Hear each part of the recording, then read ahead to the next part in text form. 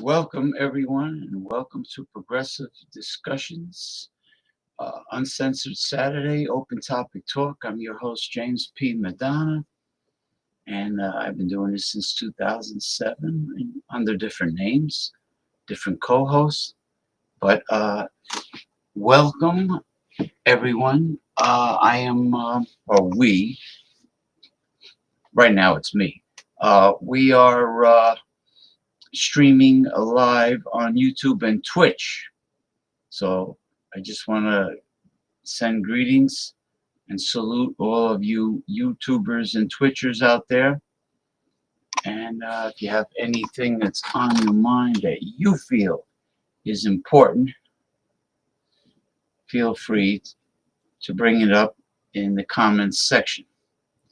Here I have my official Donald Trump toilet brush. All right, as you can see. No, I do not use it to clean the toilet. This is my prop, which may or may not have investment value in the future. Actually, I originally had it. I originally kept it in its original wrapper, but the wrapper busted open at the bottom and tore off. So much for that, you know.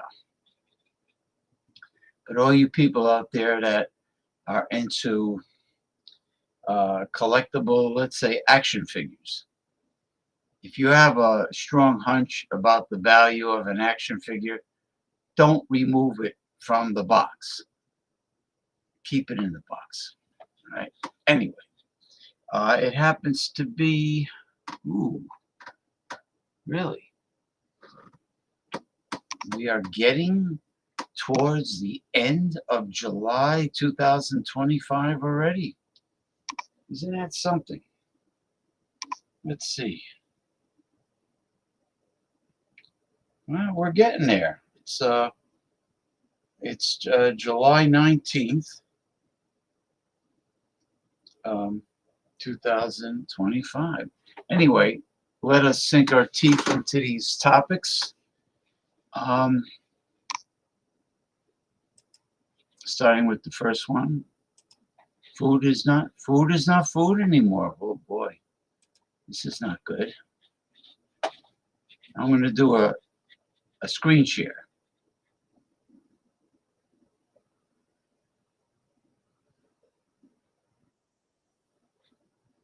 All right.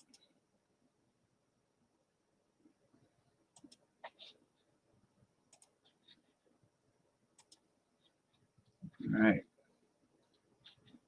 This is not bread. It's a chemical sponge. It's sold as bread. Who on earth? This is why I only buy the certified organic Dave's Killer bread. I refuse to buy the cheap garbage, the toxic white flour. Now it's not even white flour anymore. God knows what it is, but you'll see.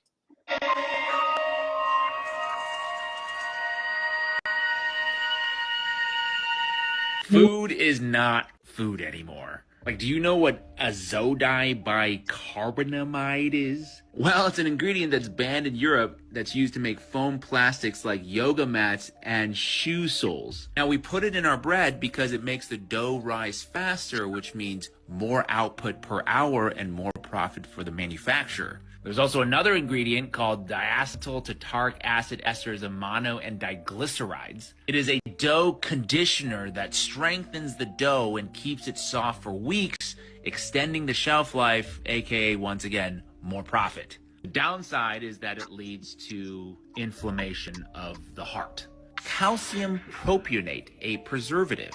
It prevents molding, which maybe a lot of us haven't seen in our food in a while, but it does happen naturally if you don't eat your food. It is linked to a bunch of developmental issues, motor and cognitive impairments, language delay, dementia, seizures, autism. In fact, here is a pretty long list of chemical ingredients that are commonly found in our store-bought bread here in America that's banned or restricted in other countries. So if you're feeling bloated, foggy, tired, inflamed, breaking out, or just off, you might want to check the bread that you've been eating. Horrible, horrible. Oh, by the way,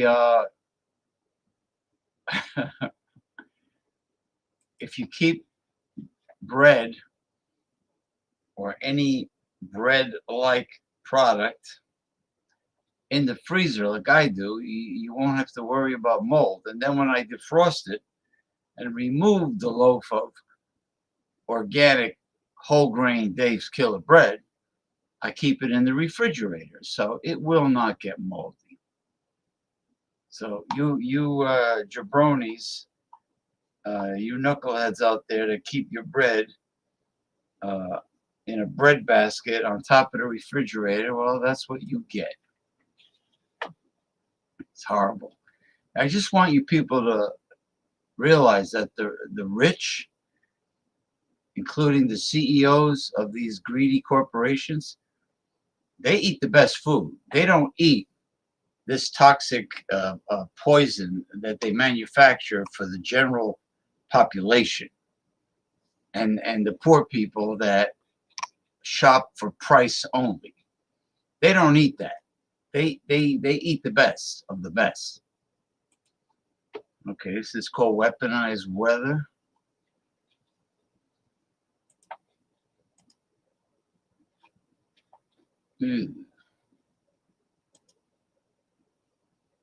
All right.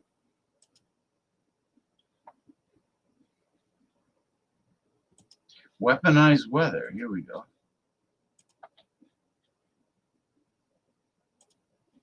Thought about this, but why does tornadoes never hit banks? It never hit prisons, military bases, police stations, or casinos. But somehow they always find neighborhoods, homes, schools, especially the ones full of kids. You think that's by chance, by coincidence? No, that's targeting.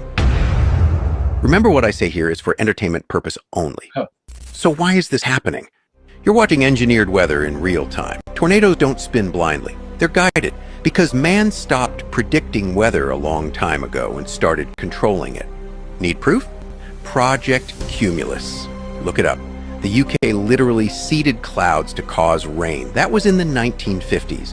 During the Cold War, the US openly studied hurricane steering and rain-making weapons. Then suddenly, silence. And now we have HARP, radar fog control, and classified tech. Yet somehow, these deadly storms always skip the money and hit the poor, always spare the system and crush the people. Ask yourself, what's more effective than a bomb? A storm, one that kills children, wipes homes, breaks spirits, and no one's blamed. If elite buildings are untouched, maybe they're shielded. Maybe they're using tech we're not even allowed to whisper about. They say act of God, but what if it's an act of government? Wake up, this isn't weather, this is warfare, with clouds for cover. This is just a theory, not a fact. Well, HARP exists.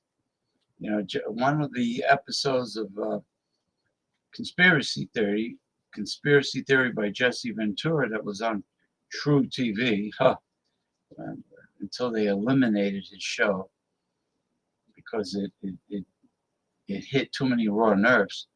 And one of the episodes was about HARP, weather control. You know, I mean, Jesse was told, and they notified him and his team that the elite, the oligarch, the top 1%, claimed that the mainstream population, particularly the poor, were using too much of their natural resources. Because in their mind, the planet Earth belongs to them. Right? Not to us, right? Just like when they think about stealing our Social Security, they think that they're entitled to steal it. Meanwhile, it doesn't belong to them. The truth about oil. All right, here we go. Let's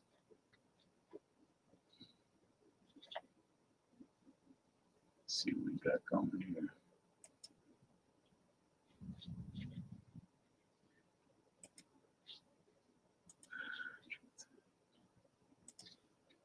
All right, the truth about oil. Here we go. Prevalent liquid on Earth. Putting a price on oil is like putting a price on a pail of water. You know, there's no initial cost. It's in the ground, and in those days they were, some of it, almost what you'd call surface mining the oil. They didn't go down deep. So in order to get the price up, they hit on the idea that they would have to make it appear to be scarce. That after we take the next few barrels out, we're probably going to have to close as well. You know, that kind of thing. Well, a very fortuitous event. In 1892, there was a convention in Geneva of scientists to determine what organic substances are. At this Geneva convention, Rockefeller took advantage of sending some scientists over.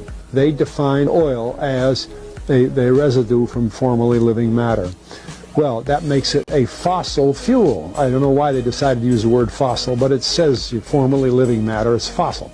And another thing we should know is that there has never been a fossil, a real fossil, found below 16,000 feet.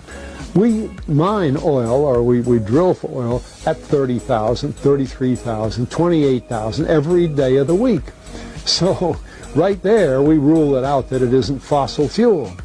It's called fossil fuel for the minds of the public to feel that it is an asset that is running out, being depleted. We talk about depletion allowance, which is a lot of, you know, and actually, if you know the world's oil supply, you know that it is not going to run out for an awfully long time. What bothers me is that in geology books, it's in there. The geologists say it's a fossil fuel. They've somehow been bought to create a world price for oil. In other words, not 30 cents a gallon here and 90 cents a gallon there, but let's get a world price. That's their goal. Ah, the lies, the many secrets that are kept from we the people, the taxpayers. You know, heaven forbid we should know anything.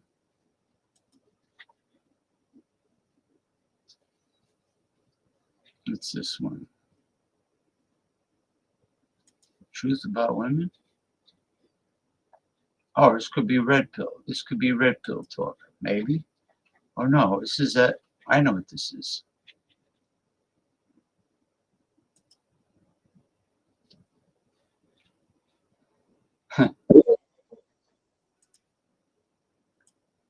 Never trust a woman. Hold on. Sugar and spice and everything nice. Now they're full of garbage and lice.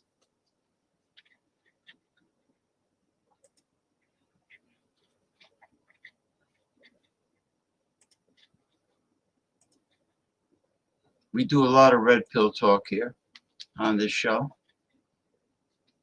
To go to bat for you gentlemen out there. What the hell is this? The heck?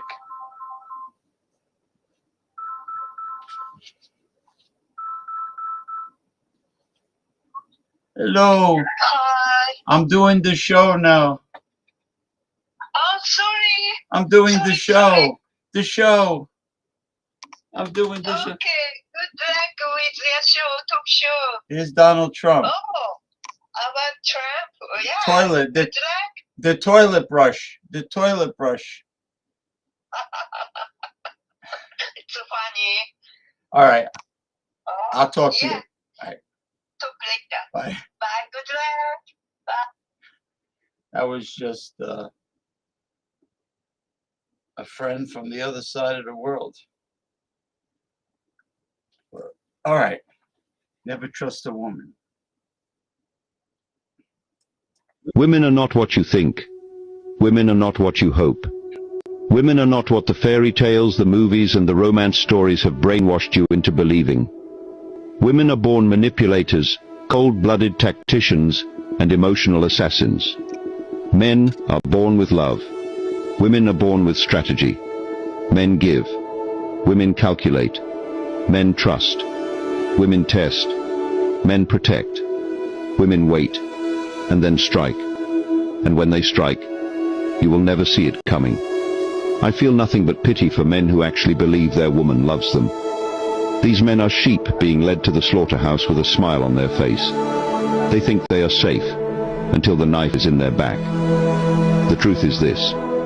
The day you finally accept that women do not have the capacity to love men is the day you will finally be free. The day you stop believing in love and start believing in power is the day you ascend.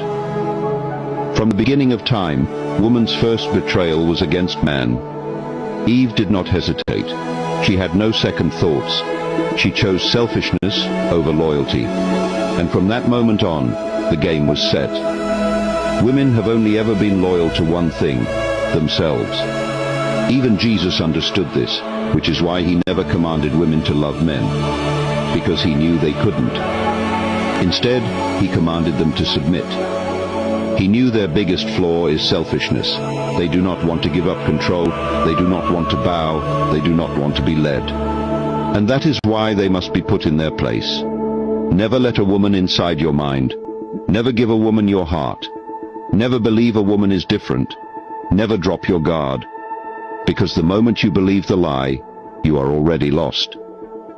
The reason for this post is simple. Men, do not trust a woman completely.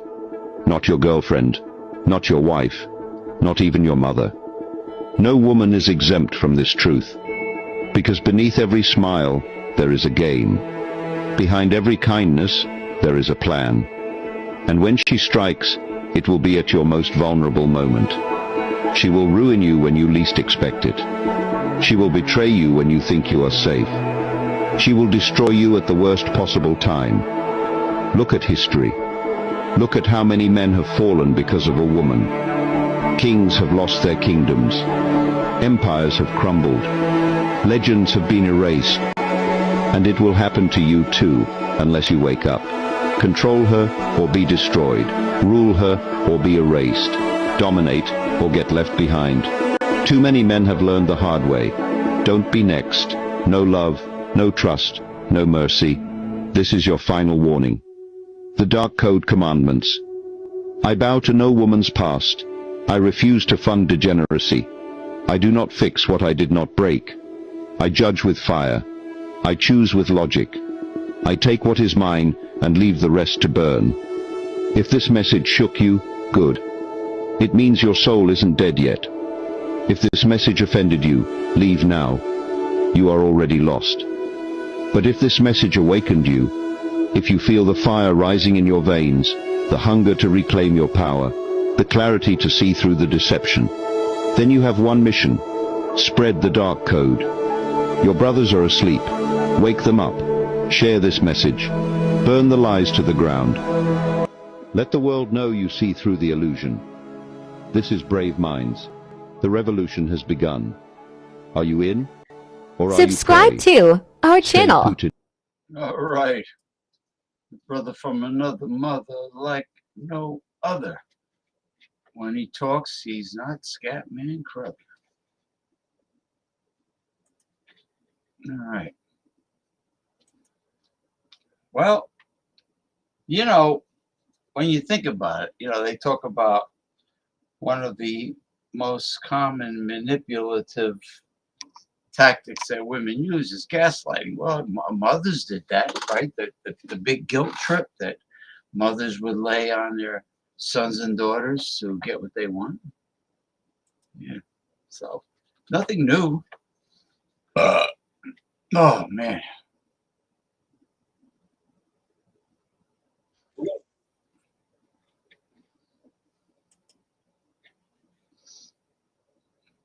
Brother from another mother like no other. When he talks, he's not Scatman Crothers. Hey. Good morning, Masumi from Chiba Prefecture, Japan. It is Sunday morning in Japan. It is perhaps 9:28, maybe almost 9:30, right? I'll tell you exactly what it is. In Japan, I have the international clock.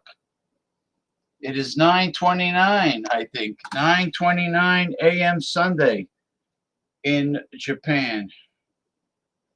9:29 a.m. Sunday. Good morning to you, Masumi.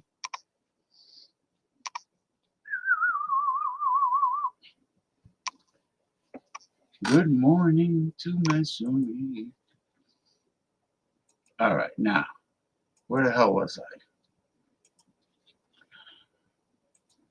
The next topic I will sink my piranha teeth into.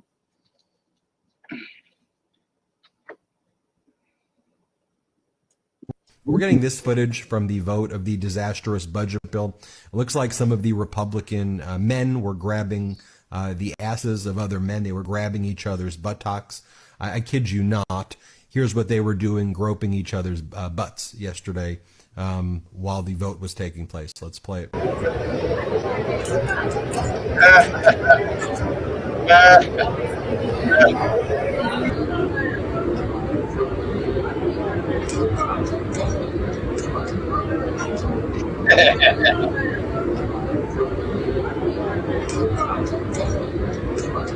That looked like MAGA Republican Tim Burch grabbing the butt of another MAGA Republican in front of Mark Lawler, and they were all laughing about groping each other. That's the MAGA Republicans for you. You saw it there for yourself. I mean, I'm not making that up. You could see it. Yeah, well, they got some secrets hidden in the closet.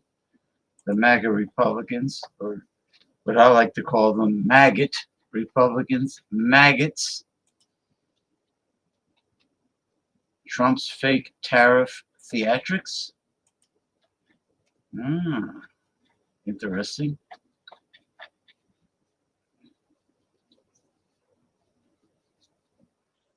Yeah. Jeez.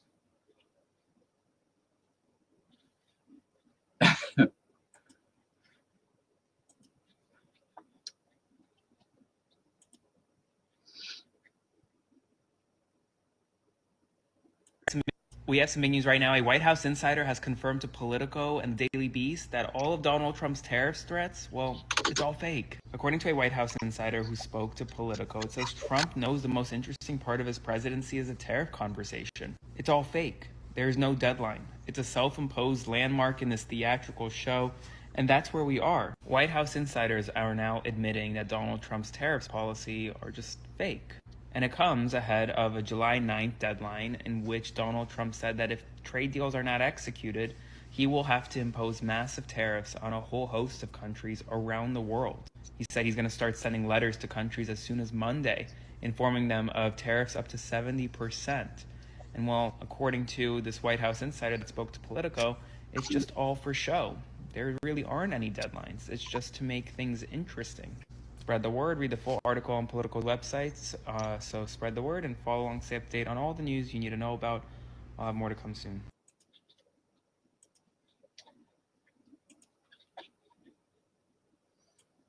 Okay. Red pill talk from a very smart man. Oh, yes. Oh, this guy is really smart, man. This guy is a sharp cookie. He's a sharp cookie. Hey, brother from another mother, like no other. When you talk, you're not Scatman Crother. Sid is here. Yeah, what do you think? I got tons of red pill. Are you kidding me? You know I got red pill.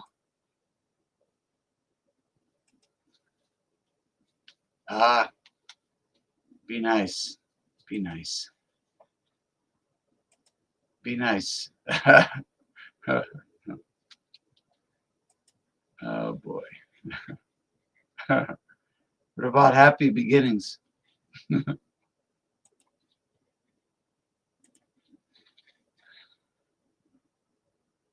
A woman can have nothing, no job, no money, no goals, and still be loved, praised, and supported. But a man with nothing, he's called lazy, useless, and unworthy of love. This world doesn't care about his heart, only his bank account. Men are expected to build before being seen. Women are seen before they build anything. That's the silent pressure on every man out here. If you feel this, type "I feel it" in the comments and follow me for more raw truth.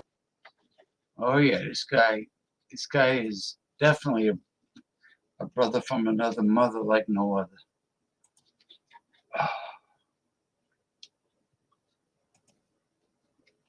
The reality of ICE agents. Ooh.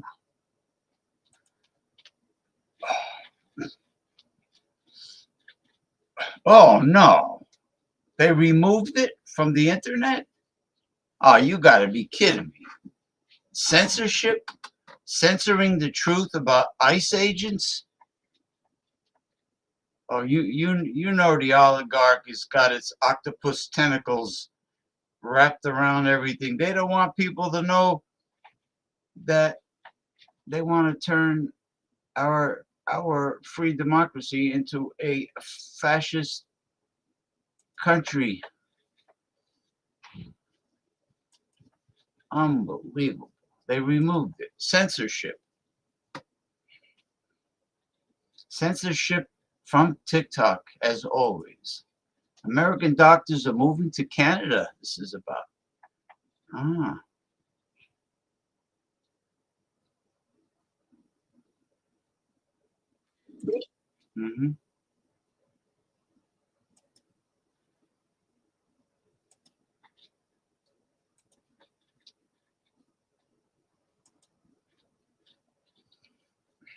Turning Japanese because I'm turning Japanese. I really think so. Breaking news from an article that just came out today. American doctors applying to Canada to work there has risen 750% just in the last few months. One doctor that was born and raised here and went to medical school here said he's really sorry for leaving his American patients, but he's already packed up his family and moved to Canada. He said he is afraid for what's going on with our American healthcare. Another physician was quoted as saying, "Physicians are supposed to be kind when we're taking care of our patients. These patients are at their weakest and most vulnerable. Instead, the healthcare system is devolving, that we can't take care of these patients with our hearts." The statistics in this article said over 615 doctors have applied to go work in Canada. At this same time last year, it was only 70. Other physicians were quoted as saying, "I can't even take care of patients like I used to.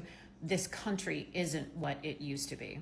And they have stated they're embarrassed to be called Americans. Yes, Canada is a socialized healthcare system, but these doctors that were interviewed in this article said they're not concerned about the drop in income. They're more concerned about the devolving healthcare system in the US. Their driving force have been the severe cuts to Medicaid that probably will go through, placing people in leadership positions, and they quoted RFK Jr., who even states himself, "You shouldn't take medical advice from me." And the way the budget for healthcare is being rearranged. They're diverting dollars away from the pandemic preparedness, as well as multiple other things we've seen in the news. A physician that moved her family in 2017 from America to Canada said now she can take care of her patients without feeling like she's burdening them with medical debt, and that she feels she can take care of them better. She has less paperwork. It's less being a non-for-profit up there in Canada. She doesn't feel the pressure to serve so many patients in an hour, like every 5 to 6 minutes. They're scheduled here in the US, she said, and Canada operates in a really different pace, allowing her time to truly care for her patients. I just thought this was really interesting data and information. I'm really afraid for the healthcare system, as you guys have heard me on many of my videos that I've recorded, but this is a new turn that I hadn't expected, that American physicians would give up their medical licenses here in America and go work where they're not under the pressure that they are here.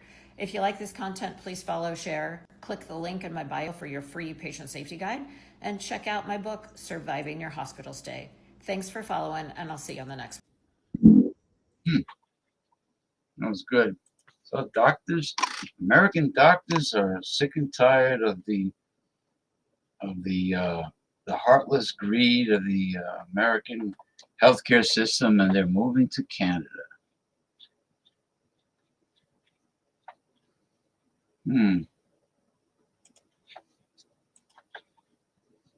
This one's called Prophecy from the Terminator movie. Really?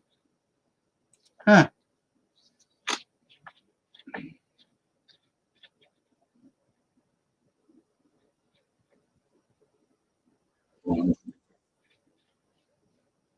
Let's see what we got going here.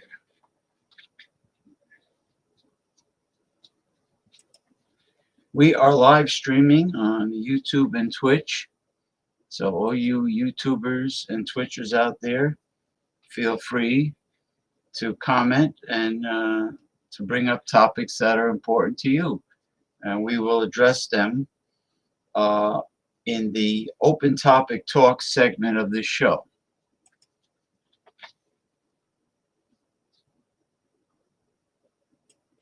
Man, this is the craziest part in the Terminator series, because basically he explains to her that the man most responsible for the robots taking over is this guy that creates a microprocessor chip and sells it to the military.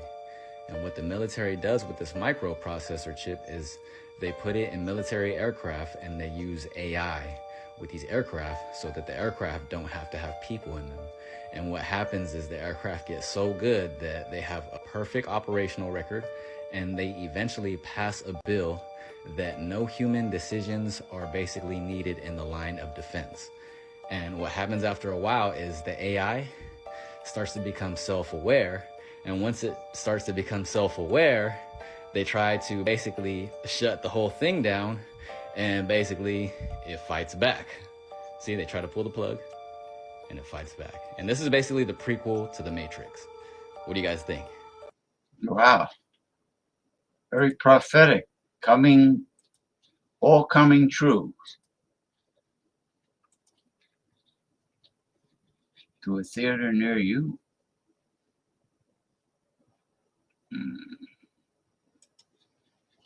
This one is Alligator Alcatraz. Oh my God. Alligator Alcatraz merchandise sold on Etsy. How insane that is. It's crazy.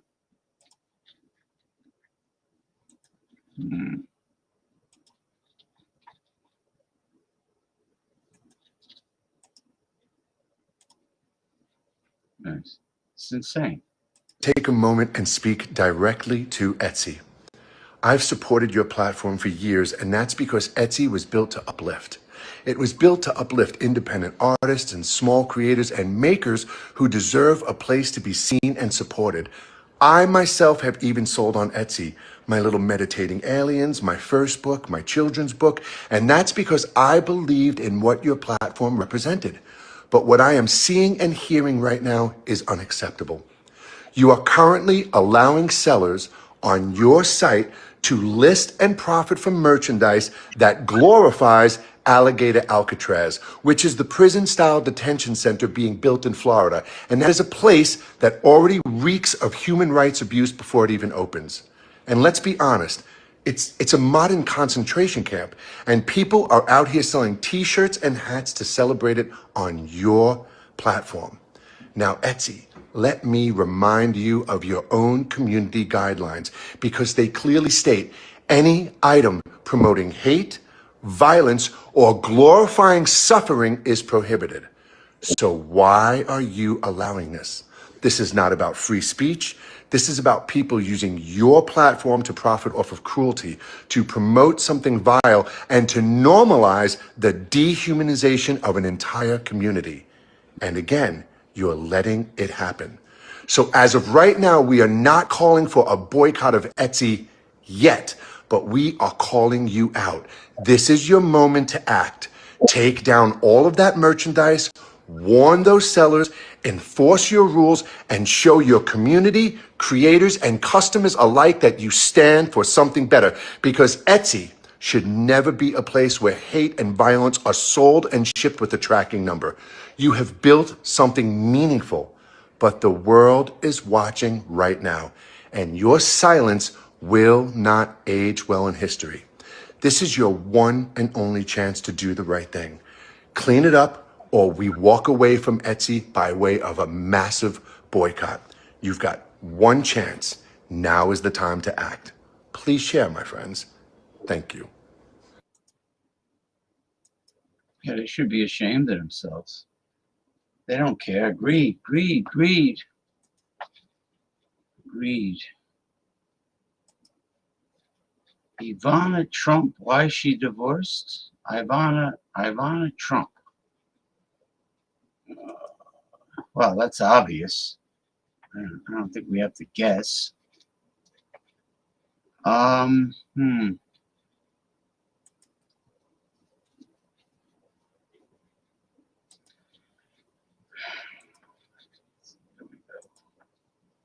The late Ivana Trump.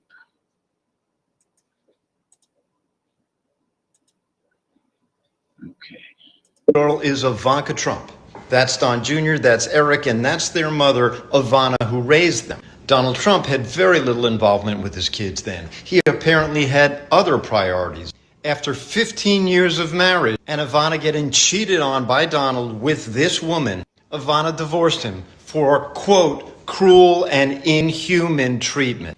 That was Marla Maples. I remember that. Divorced her and married Marla Maples. And that didn't last, of course. And she got custody of the kids. Alan Weisselberg worked for the Trump family for almost 50 years and spent almost a year in jail for the crimes he committed working for Trump. Michael Cohen worked as Trump's lawyer for 12 years and was sentenced to 3 years in jail for his work related to Trump. Mike Pence spent 4 years as Trump's loyal servant, but had to run for his life on January 6th. Not only does Melania not like to sleep in the same bed with him, she doesn't even like to be seen with him anymore. So the question is, when will MAGA supporters realize they're getting, quote, cruel and inhuman treatment too? What do you think? Jeez. Incredible, huh? The real life nightmare soap opera that the American people elected. And it's not just the Trump supporters. It is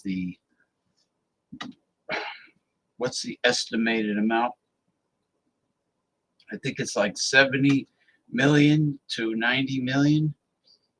They say it's close to 90 million Americans did not bother to vote this past November.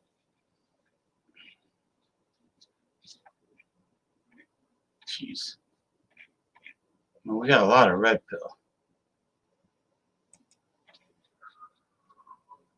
Got a lot of red pill, my friend. Sid, you have no idea how much. You have no idea how much red pill we have.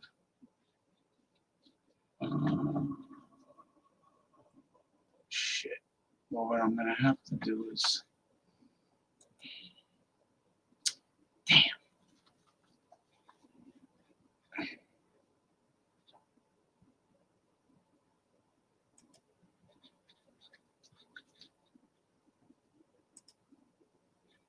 Got a lot of red pill.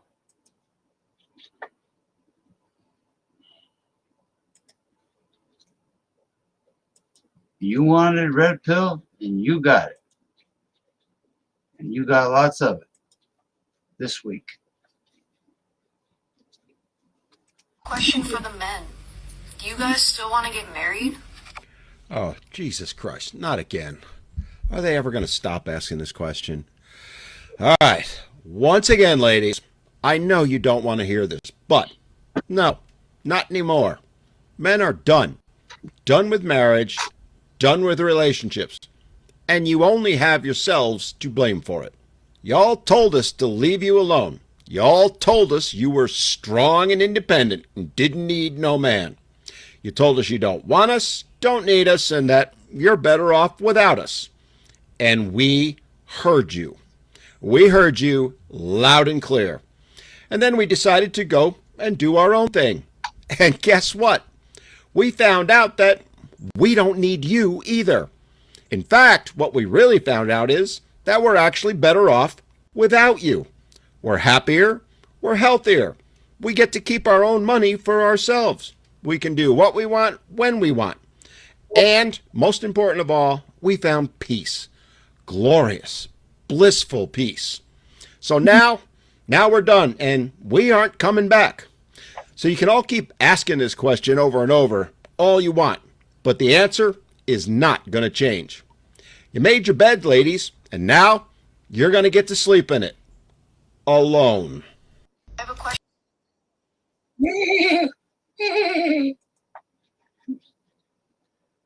All right, we got a lot of red pill talk, Sid. We got a lot of red pill talk.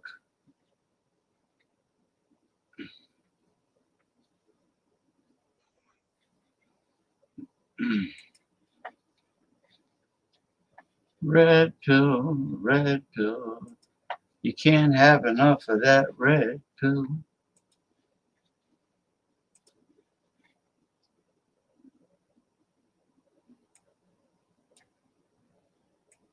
A woman can have nothing, no job, no money, no goals, and still be loved, praised, and supported. But a man with nothing, he's called lazy, useless, and this world doesn't care about his heart, only his bank account. Men are expected to build before being seen. Yeah. Oh yeah, I played that. Well, I played the whole thing. Now this is about real love. Mon amour, like Pepe Le Pew.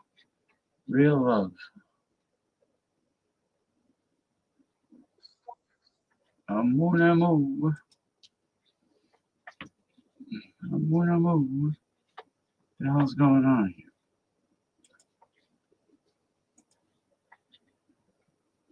Remember Pepe Le Pew? He kept trying to seduce the female skunk, and she kept pushing him away.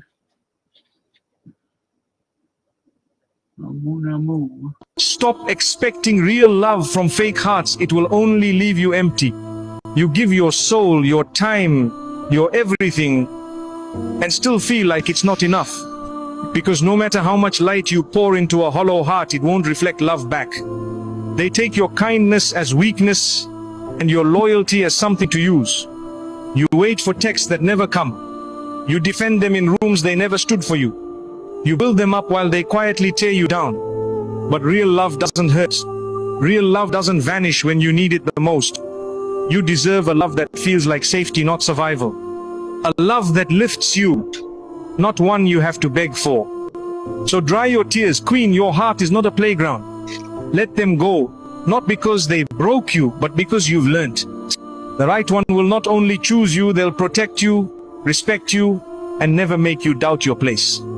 Stop expecting flowers from someone who only waters their own garden. My dear brothers and sisters, if you agree with me, then write agree in the comment and hit the follow button for my next videos. Stop expecting real love from fake.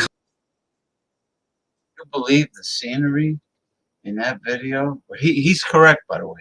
But you believe that must be like, it looks like Switzerland. It looks like the Alps. Beautiful. And those homes that are surrounded by the Alps. Incredible.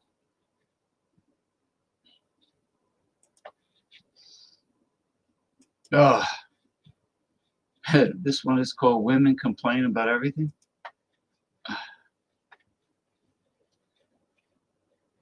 Oh, this is funny.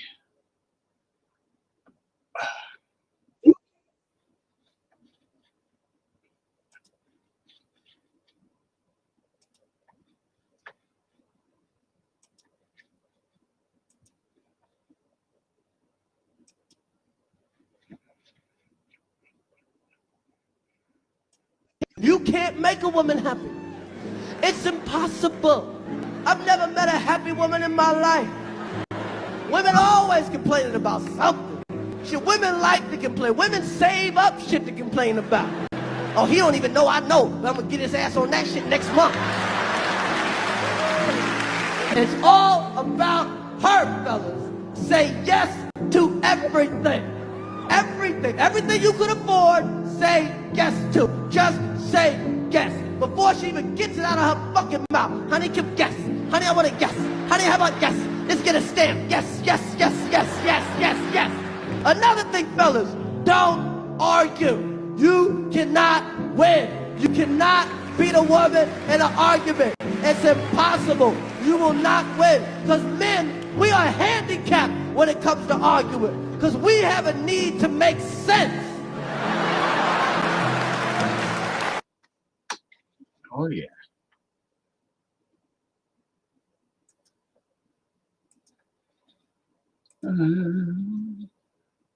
Plan B.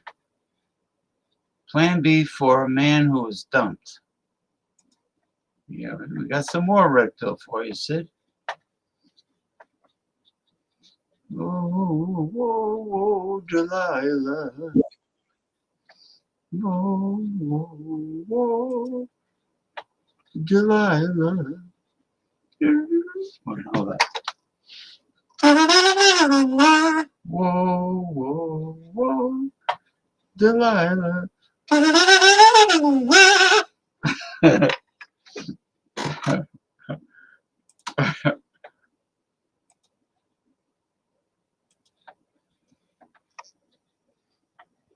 Okay, here we go. If a woman leaves you for another man, don't beg, don't argue, don't try to win her back. She made a decision. In that moment, she saw him as the better option. Maybe it was looks, confidence, money, or just timing. But whatever it was, she chose him over you. Now here's the brutal truth.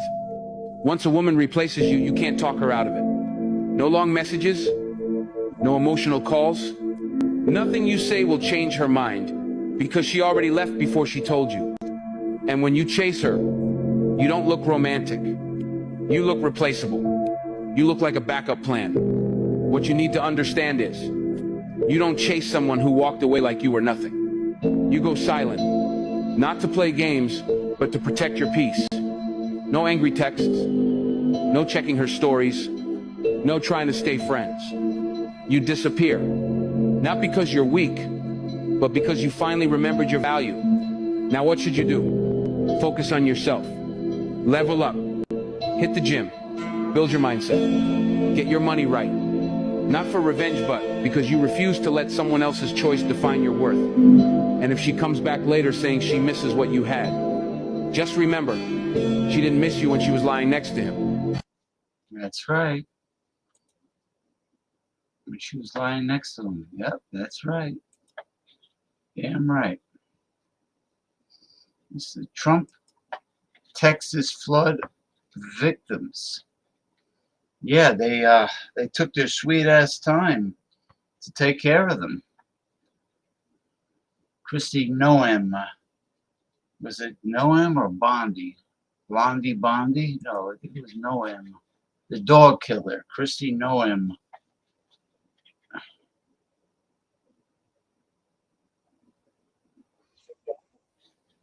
Christy Noem.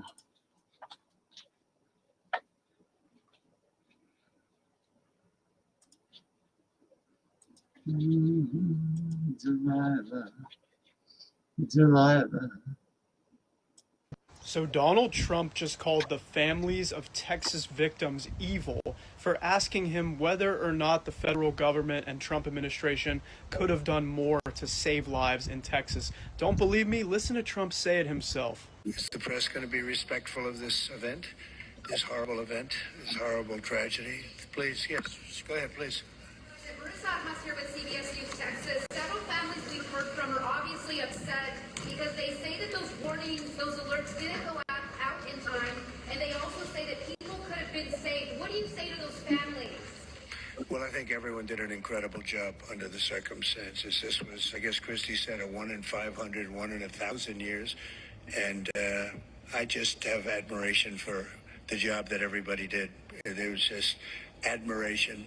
The only a bad person would ask a question like that, to be honest with you. I don't know who you are, but only a very evil person would ask a question like that. Only an evil person would ask a question like that. This reporter is asking a question on behalf of Texas residents who are wondering why over 120 people have been killed and many are missing. They're asking, why did Kristi Noem take 3 days to sign off on relief money to deliver aid to these communities? So you can't say you've done a good job for Texas when everything you've done has led to needless loss of life. By the way, your administration is the one responsible for trying to cut FEMA. Your administration is responsible for cutting funding for these vital weather services that would have predicted and alerted people that this was going to happen. These lives are on your hands.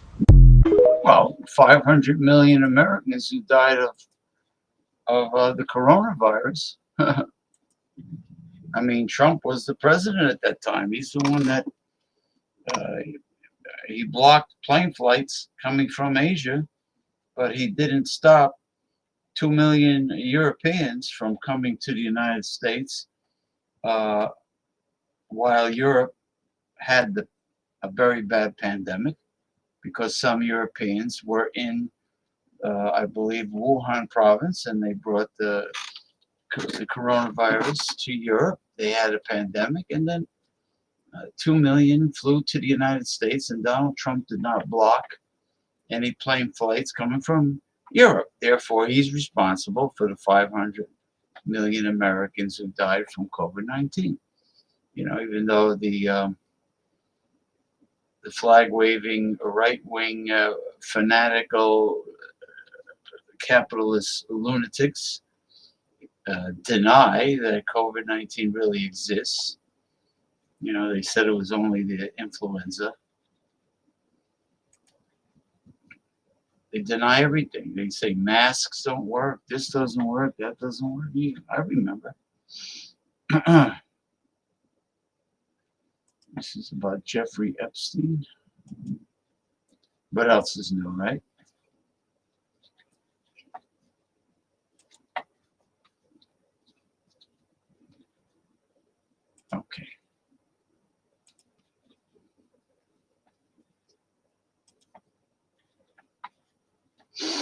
Oh, man.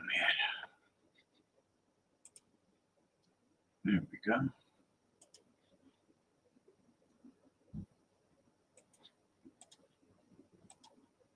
That Jeffrey Epstein was running a sex trafficking ring in the early 2000s that included underage girls as young as 14 years old. Donald Trump in 2002 said of Epstein, he's a lot of fun to be with.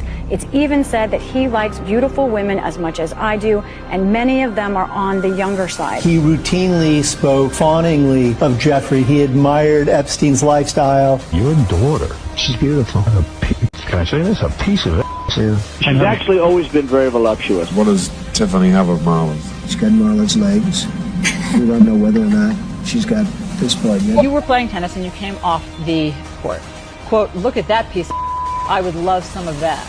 It so happened that Trump was referring to Cohen's then 15-year-old daughter, Samantha. I had the impression that he was interested in younger women and that, you know, women would age out for him. Miss Teen Universe? Yeah, that's like giving Jeffrey Dahmer a cooking show. I'll go backstage before a show, and everyone's getting dressed and ready and everything else. And I'm allowed to go in because I'm the owner of the pageant, and therefore I'm inspecting it. I standing there with no... Donald Trump is heard making questionable comments about a young girl. You're going up the escalator?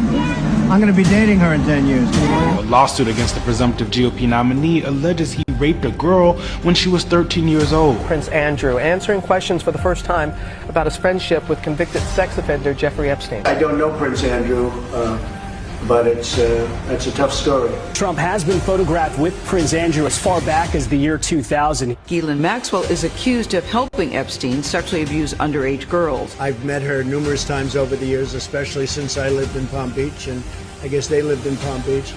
But I wish her well. You know about sexual predators and things like that. I mean, You are one. All right, I was going to say that, but it's true. Did you trust him? Why would you trust him with your country? Donald Trump. That's right. No. There's no need to say anything about that video. What's this? All right, you know what? Let me see what we got here. Oh, we got so much red pill. Sid, you have no idea how much red pill we have. I might as well call this this show Red Pill. It's incredible.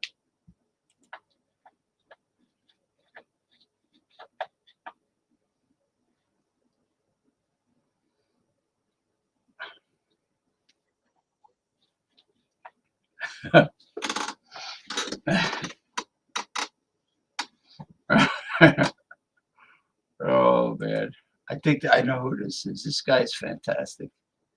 This guy's fantastic. He's a brother from another mother like no other. All right. Why are men not men anymore? For the past 48 hours, I disassembled a bed, carried it to my car, all the parts, by the way, carried a vanity to my car, loaded it in the car, then drove to the storage unit to help my friend unpack everything, to get it on a gurney, to take the gurney up to the elevator, to take the elevator up to the 4th floor, just to get it to a storage unit, and then have to lift it up again and take it back into the motherfucking storage unit, just to come back down to my car, just to go 5 minutes away, just to load back everything up in my car again. And you mean to tell me, out of the 5 million niggas that I called, and collectively out of me and my friend, that not one of them could come and help me carry a motherfucking mattress? Genuine question. Why is it that so many women think that they're entitled to a man's labor just because he's a man? It's the same way that y'all think that you're entitled to a relationship after you sleep with a man. Or the way that when you're in a marriage, you think that men are responsible for household labor and whatever bullshit psychology that you want to call it nowadays, even though you agreed by contract to be a stay-at-home mom. But I digress. These men do not owe you shit. Literally none. And where are your fathers to help in moving situations, or friends that actually give a shit about you rather than random dudes? But also, women have spent the last decade saying that they don't need a man and men aren't shit, and you you can do it all by yourself. Y'all got money. You guys are making your own money, so hire a moving company, which, by the way, is still men. Some of y'all treat men so shitty, but then you still expect them to turn around and be there for you. And that's just not how the world works. And it's a woman's sense of entitlement that makes her think that just because she's friends with a man, that means he owes her his labor. Which also isn't how it works. Because when was the last time these women helped men in any capacity? You get exactly what you give. Y'all chose the bear for months, and this is the consequences of your own actions. But additionally, you don't get to pick and choose when equality best suits you. Y'all wanted equality, so I guess now you gotta figure it out. Okay, bye. Very smart young lady. Very smart woman. I really dig where she's coming from, man. I dig it. I dig it. The day you stop being their puppet. Let's see what this is about. Maybe it's another red pill. Oh no, it's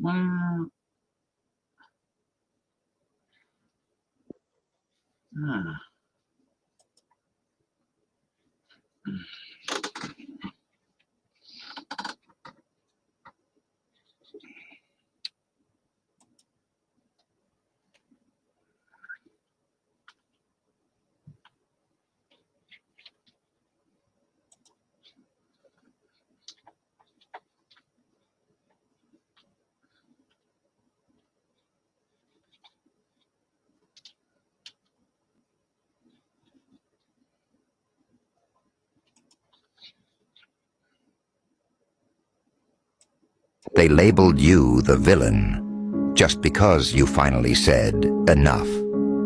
You tolerated the lies. You swallowed your pain. You played nice in a world that kept throwing knives behind your back.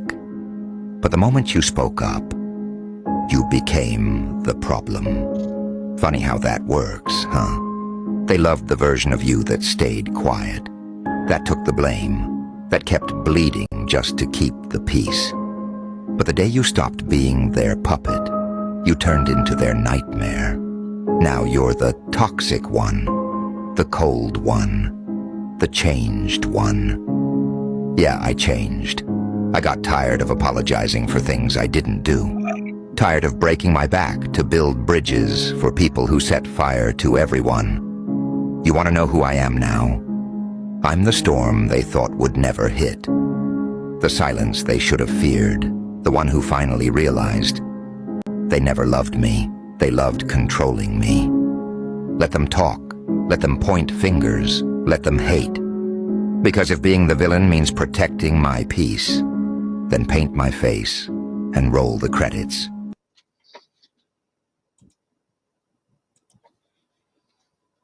That's right. I'm telling you, storm is going to come. It's going to hit when they least expect. They keep pushing, pushing, pushing, pushing until they can't push anymore. Let's see.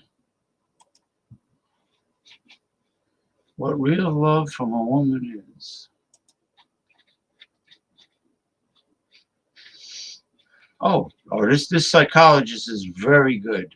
Very beautiful too, but she's I mean, to have beauty and brains like this in one package. But the only thing is, how, let's say you're married to a very beautiful famous psychologist. I bet she will be constantly psychoanalyzing everything you do and say. That might not be a good idea. Well, maybe I'm just assuming that this would happen, but you'll see her, how smart she is and how pretty she is. A woman calling you baby or sweetheart means nothing. A woman buying you gifts means nothing. A woman becoming the mother of your child still means nothing. A woman moving in with you doesn't mean it's real. A woman posting your pictures all over social media means absolutely nothing. Even when a woman says, I love you, but that alone means nothing. And let me surprise you, even a woman marrying you can still mean nothing. What truly means something is a woman who respects you, values you, and stands by your side, not just in comfort, but through struggle. A woman who grows with you, builds with you, and believes in you when the world doubts you. That, my friend, is the kind of love that truly matters. Because beauty fades, words fade, even passion fades. But loyalty, respect, and effort, they stand the test of time. The right woman won't just love the man you are. She'll help you become the man you were born to be. Yeah. Well, beautiful words.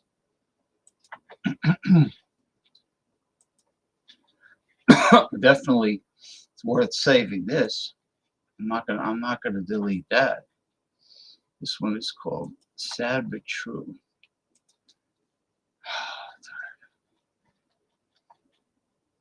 Oh.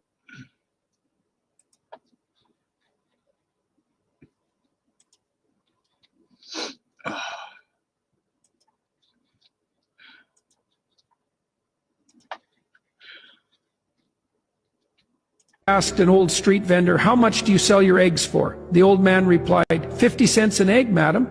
The lady responded, I'll take 6 eggs for $2 or I'm leaving. The old salesman replied, buy them at the price you want, madam. This is a good start for me because I haven't sold a single egg today and I need this to live.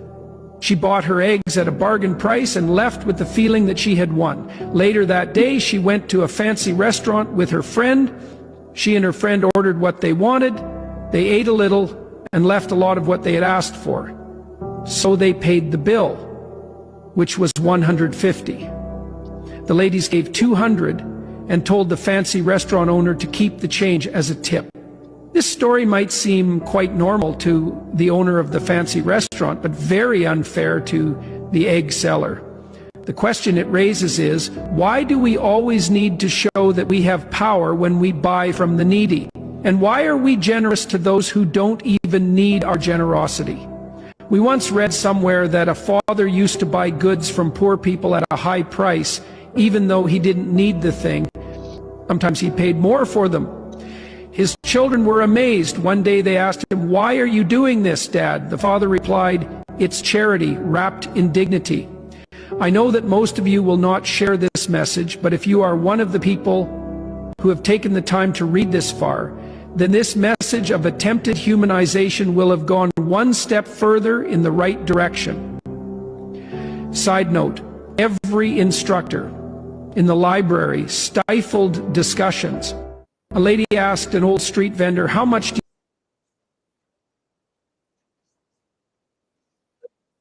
you... Yeah, very sad. It made me sad.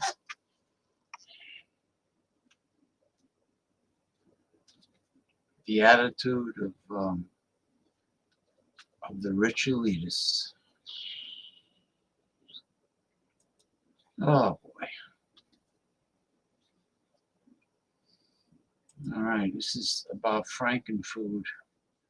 This is about the toxic crap that they're selling to us in the disguise of food.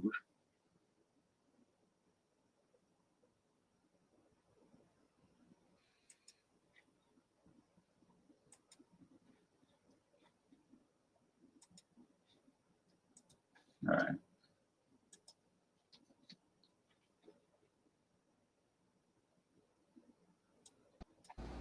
More weird meat. Look at this. I started cutting up this piece of chicken that I made 2 pieces of chicken last night, and so I started cutting it and looking at it, and look at this weird. This is supposed to be chicken. I think this is that Frankenfood again. Ugh. That don't look right. Ugh. Oh, that's, anybody else? That's not examining their food like I do. That's not the way chicken looks. Like, that don't look right. Chicken did not used to look like that when I would cut it up. There's layers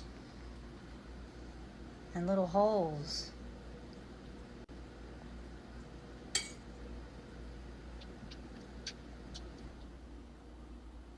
Doesn't look normal. I think this is that fake meat. I forget what they call it, but Freaking Frank. the name for it. I've seen it. Look at this. See the layers? I seen it. It was like manufactured meat. It was it was supposed to look like real meat, and it does look like real meat. But I don't know. I'm curious to see other people's videos. If this is chicken, look, chicken. Have you ever seen chicken like that? That does not look like chicken. And if it's not made from a chicken, what is it made from?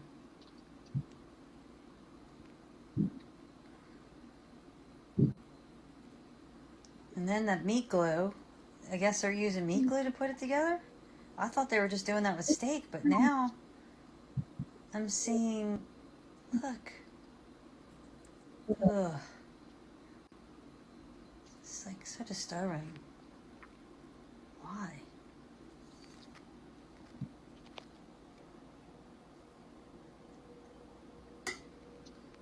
It's supposed to be chicken. Look, it looks like real chicken. But when you cut into it, something weird's going on. Yeah, that's definitely not normal chicken. Look, there's the outside. Yeah, that's a nice piece of chicken, right? And then, here it is. Freaking weird.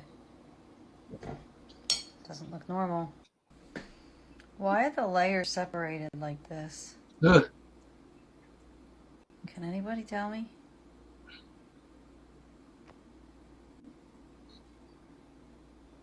I've never noticed this before. You know what you need to do? You need to save your receipt. You need to take this garbage back. See it? What's the layers? Is it always like that? Am I just like... No, it's not always like that. Went my whole life and never seen this before until now? I don't know. Oh my God. It's just strange. Excuse me.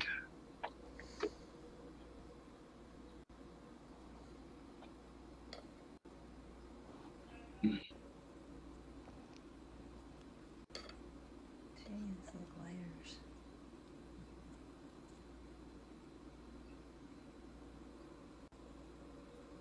No. That's it.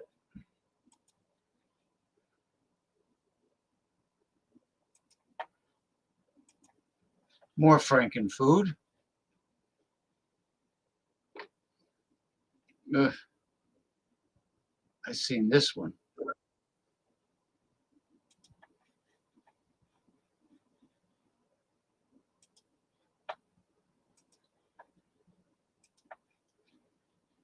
Okay.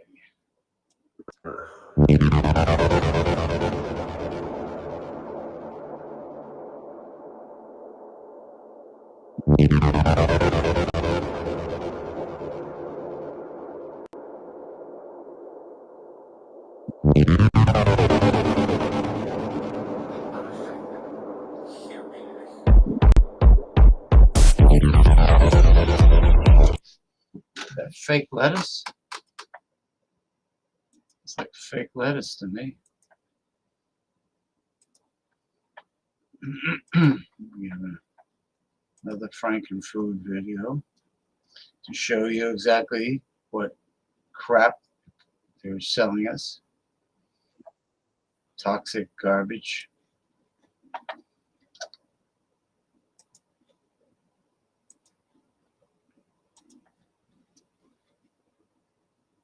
Nah, he's gonna make me dinner tonight because we're celebrating July 4th all week. And he's cooking for me this beautiful sirloin from Brookshire's in Benton. So I go to cut, I'm making beef tips again. And you can see the pot over there with the onions. But look at this, guys, look. So I look at this and it says Certified Angus Beef Brand. What is a CHO's tenderloin steak? Well, it's a tenderloin steak, but dude, is that, I mean, it looks like freaking glued meat. It was a steak, but look, it's just solid. I'm not playing around, guys. This is nothing. I've never seen nothing like this. And I'm a butcher. I have butchered meat all my life. And so he's about to go. He's going to our local family Smith family farms to get us another sirloin steak, and we'll show you the difference. Here you go, right here. Look, you see this garbage right here? Look, $35.51 right there. Look what I'm doing with it right here. Going to the garbage, I'm dumping it. Take it back. I don't trust that as far as I can throw it. Hey, for $35, take it back. Don't just dump it. Throwing away $35. You notice it said Black Angus beef brand. It didn't say certified Black Angus beef.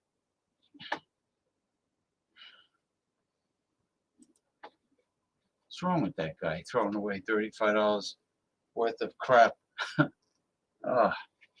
Toxic American food companies. Here we go.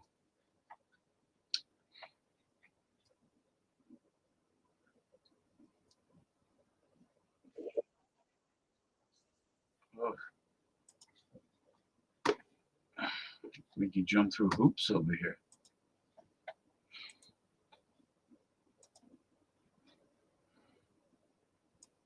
Here are the American processed meat brands that are toxic. Oscar Mayer,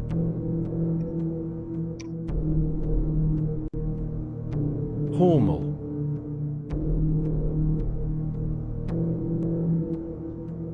Hillshire Farm,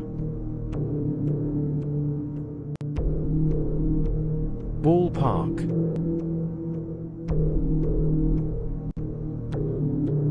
Armour,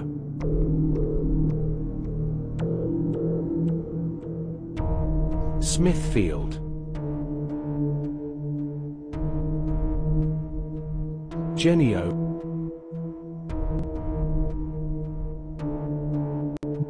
Bares,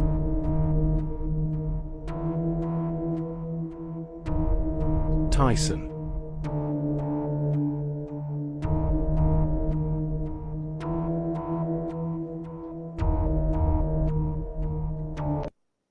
Gee.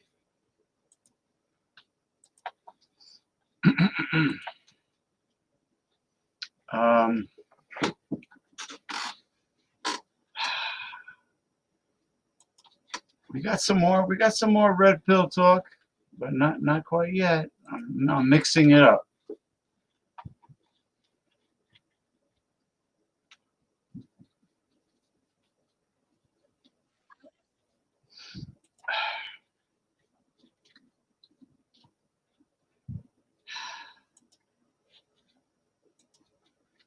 Oh man.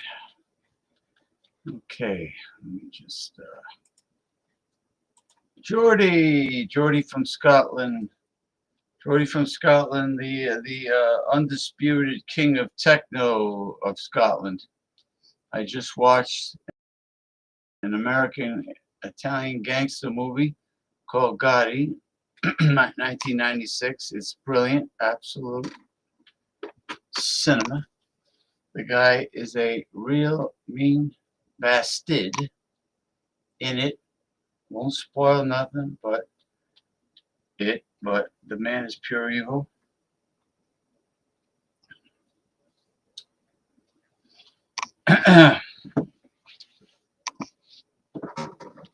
Yeah, I think he lived in like Ozone Park, Queens or something. He lived in Queens. He was from Queens. But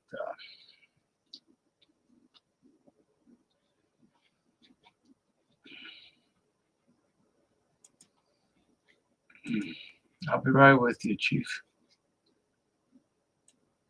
How does your Fitbit or your IBM Square Pin or your Apple Watch get all those biological, physiological signals out of your body to the app for your fitness tracker on your phone, your iPad? And the reason I'm asking is because I'm going to take a guess that you're not wearing when you first get up in the morning and you're brushing your teeth, getting dressed, etc. I'm going to guess that you're not putting on an EEG cap with all these little electrodes. And I'm going to guess you don't spend your day walking around with an oxygen meter on your finger. And I'm going to guess that you don't have the EKG, electrocardiogram, sticky pads that you get at the hospital covering your chest. Every morning you get up, you're putting on your EEG cap, all these stickers for the EKG. You put your oxygen meter on your finger, and you start walking around the house and go to work and drive and take care of your children, right? Are you laughing? It's funny, right? Nobody's doing that. There are way too many people out there that are avoiding how simple the crux of all of these problems really is. If you're not getting up every morning and putting on your oxygen EEG cap with all the electrodes, and you're not putting EKG stickers all over your chest, then HOW, are you getting all those biological signals? Did you know that we've had pacemakers in human bodies for a long time? Probably. Even those of us with grandparents in the 80s and the 90s, pacemakers were a thing. Yeah, okay.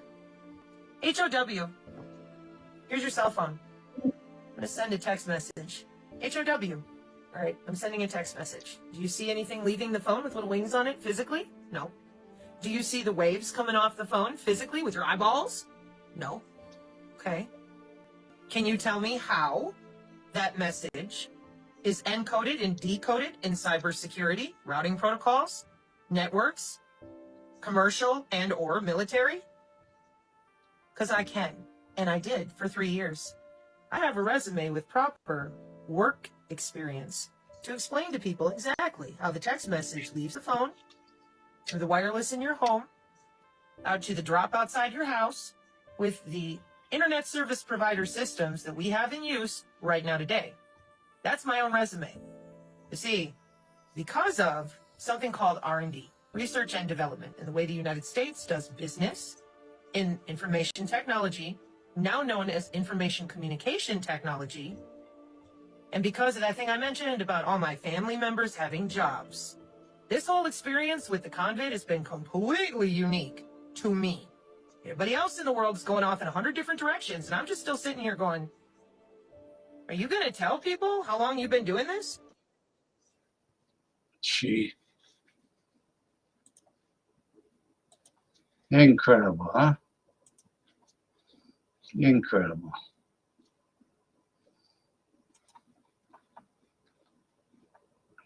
Trump calling the Epstein files a hoax.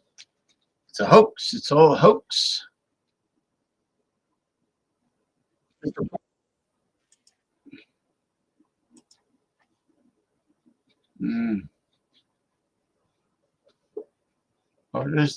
more red pill. There's no doubt about that. There's more red pill, you know. You would love it, Jay. I sent it to you if you haven't seen it already.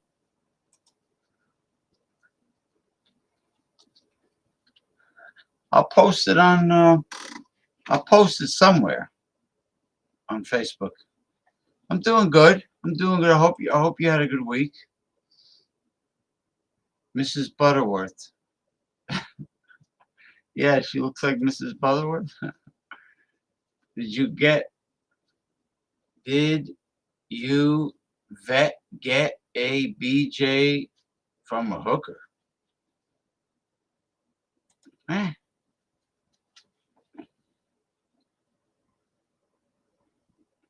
Where the hell was I? Oh, here we go.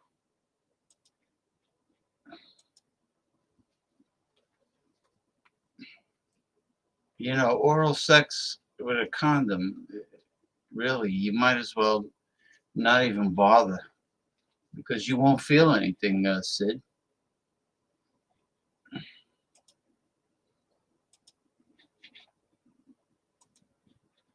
You won't feel anything.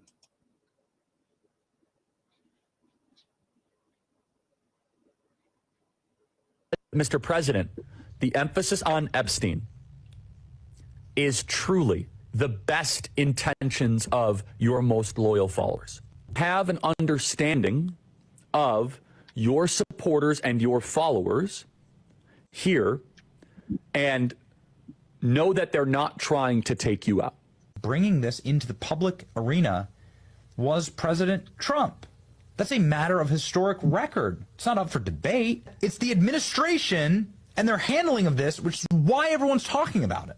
if you talk about this, I'm going to excommunicate you. Well, you're not the Pope, bro. And I'm not saying Trump land is a cult. The Democrats are the cult of hating reason and logic and common sense. When Trump starts behaving like that, it starts getting into cult territory.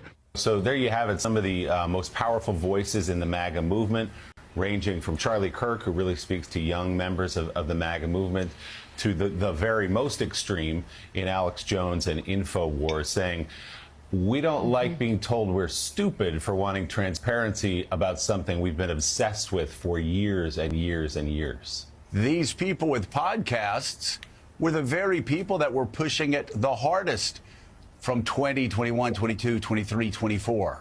And you just can't say halfway through 25, oh, nothing to see here, move along, move along. And if you don't move along after you said this for 5 years and believed this for 5 years, and this was a foundational belief of the MAGA movement, you can't tell those same people that they're stupid, that they're excommunicated, and that somehow Joe Biden and Merrick Garland did this. I will also say, too, you start throwing hoax around with an Epstein investigation, one of the worst pedophiles in American history, and I don't think anybody doubts that. You start calling that a hoax, then people start looking at other things. Well, wait a second. He's called all these other things hoaxes, and we just fell for it, hook, line, and sinker.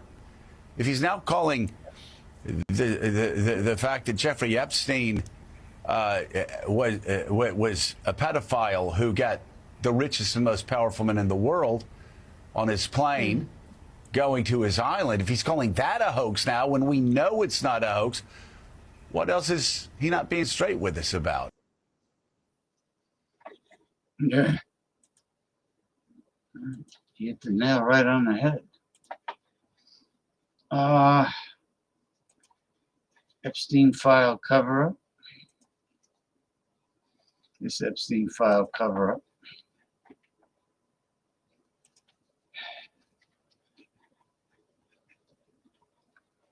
Oh boy.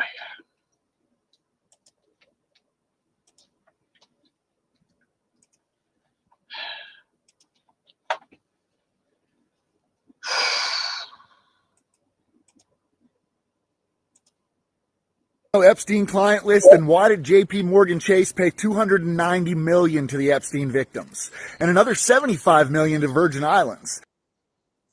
Banks don't pay out that kind of money unless there's a trail. If there's no Epstein client, then why did the Department of Justice admit under oath that they seized over 30 hard drives and dozens of blackmail tapes from Epstein's Manhattan mansion? Tapes labeled with names, faces, dates, and still not a single name released to the public. If there's no Epstein client list, then why hasn't Epstein's longtime assistant, Sarah Kellen, who personally scheduled the flights and booked the girls, even after multiple survivors named her as a key figure, she's never been charged, never testified, and somehow she's still free? You're trying to tell us that this is all random, that these videos, the payoffs, and the victims all exist, but the clients don't. This isn't just a cover-up. This is a system protecting itself, and some of us will never move on until we get answers. Let me know your thoughts in the comments and follow for more.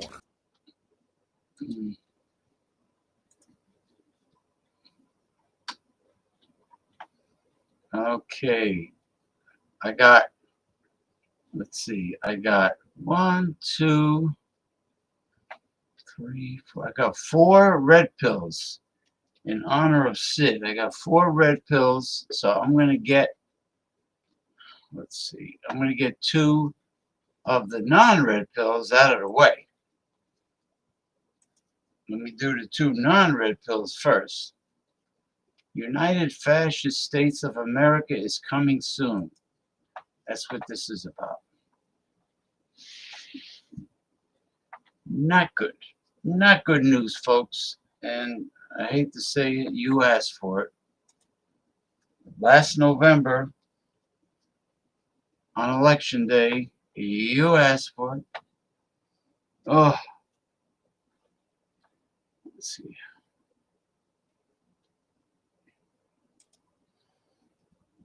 How come it says bastard? I said bastard. Bastard thing. Do you use voice to text like I do? Because voice to text always screws up for me.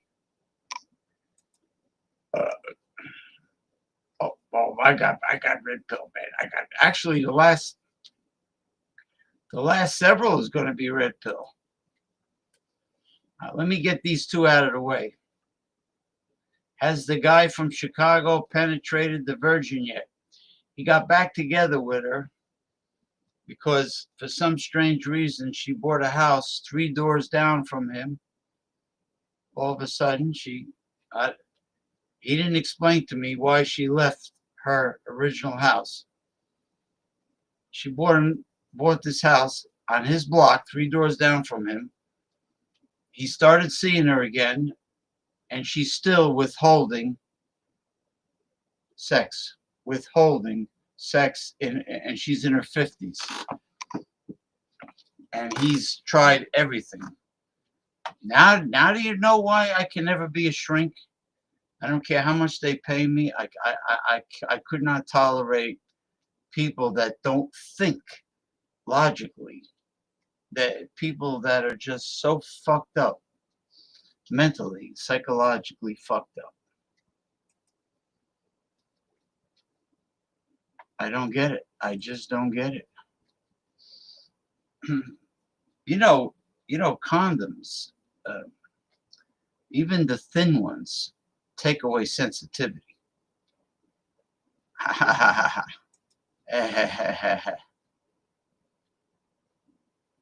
The birch. You mean birch trees or birch beer? Oh, bitch, you're trying to say, okay. You know, in other words, you shoot your scum guppies, like Ron Jeremy used to say. Oral sex with a condom? You're not going to feel anything, majority. What's the point? That's what I said before. What is the point? There is no point.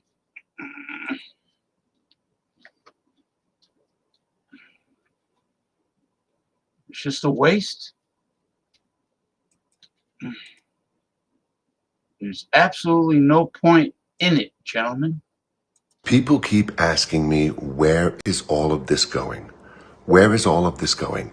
The ICE raids, the mass deportations, the FEMA cuts, the surveillance buildup, the power grab, Project 2025 looming in the shadows, even Stephen Miller saying the U.S. population should be capped at 100 million. I keep getting asked, where is all this going? Well, you know this is not random. We are watching a takeover in real time. They're not fixing the country. They are re-engineering it into something unrecognizable. They've weakened the agencies that protect us. They've redirected disaster relief into enforcement and control. They've empowered ICE. They've militarized the borders. And they've removed the safeguards that separate leadership from tyranny. Now, Trump can't legally cancel elections yet, but he doesn't need to. Not if he can create enough chaos and enough fear and enough emergency to justify overriding the will of the people. Project 2025 is a blueprint for dictatorship, and this administration is checking off the boxes faster than anyone expected. They are creating a country where only the loyal get to stay, dissent is criminalized, silence is your safety, and democracy is something you remember, not something we live. This is not about left or right. This isn't about policy differences. This is about control. And the longer we pretend this is just politics as usual, the closer we get to losing everything. So if you are wondering where they are going with all of this, they are going exactly where history tells us dictatorships always go. The only question left is, who's going to step up? Who's going to stop them? Because if it doesn't happen soon, all hope is gone, my friends. All hope is gone. Stand in solidarity, take part in the peaceful protests, take part in the boycotts, but somebody, somewhere, has to step up and stop this. Please share. That's serious. It's very serious. People took last November's election day lightly. It's a very serious situation. Okay, after this, it's nothing but red pill. It's like one red pill after the next. This is about Epstein's resort. Yeah, well, Jordy, getting back to what Jordy says, oral sex with a condom? Never had a BJ with a condom. Because what's the point? What's the point? You're not going to feel anything. I'm telling you. Mark my word, for those that never received it that way, you're just not going to feel it. It's like for the female, it's like if she was I don't know, sucking on a pacifier, a baby's pacifier, a rubber toy of some kind. It's meaningless. And to the man, you're not going to feel anything. Excuse me.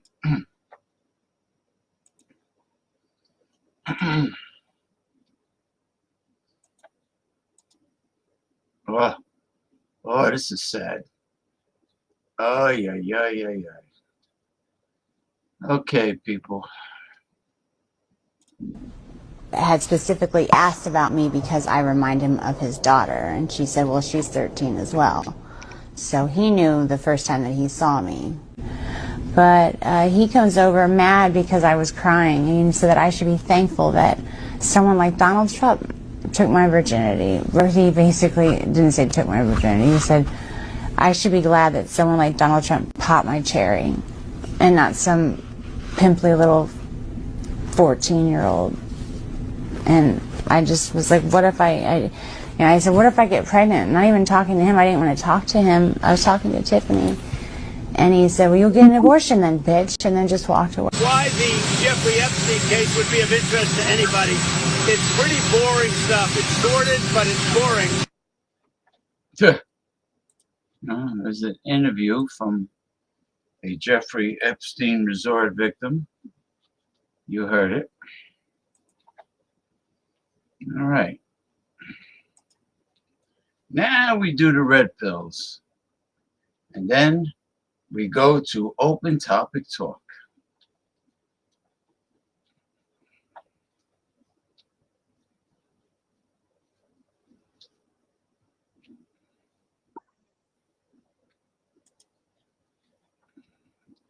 I have a lot of topics this week because I didn't do a show last week.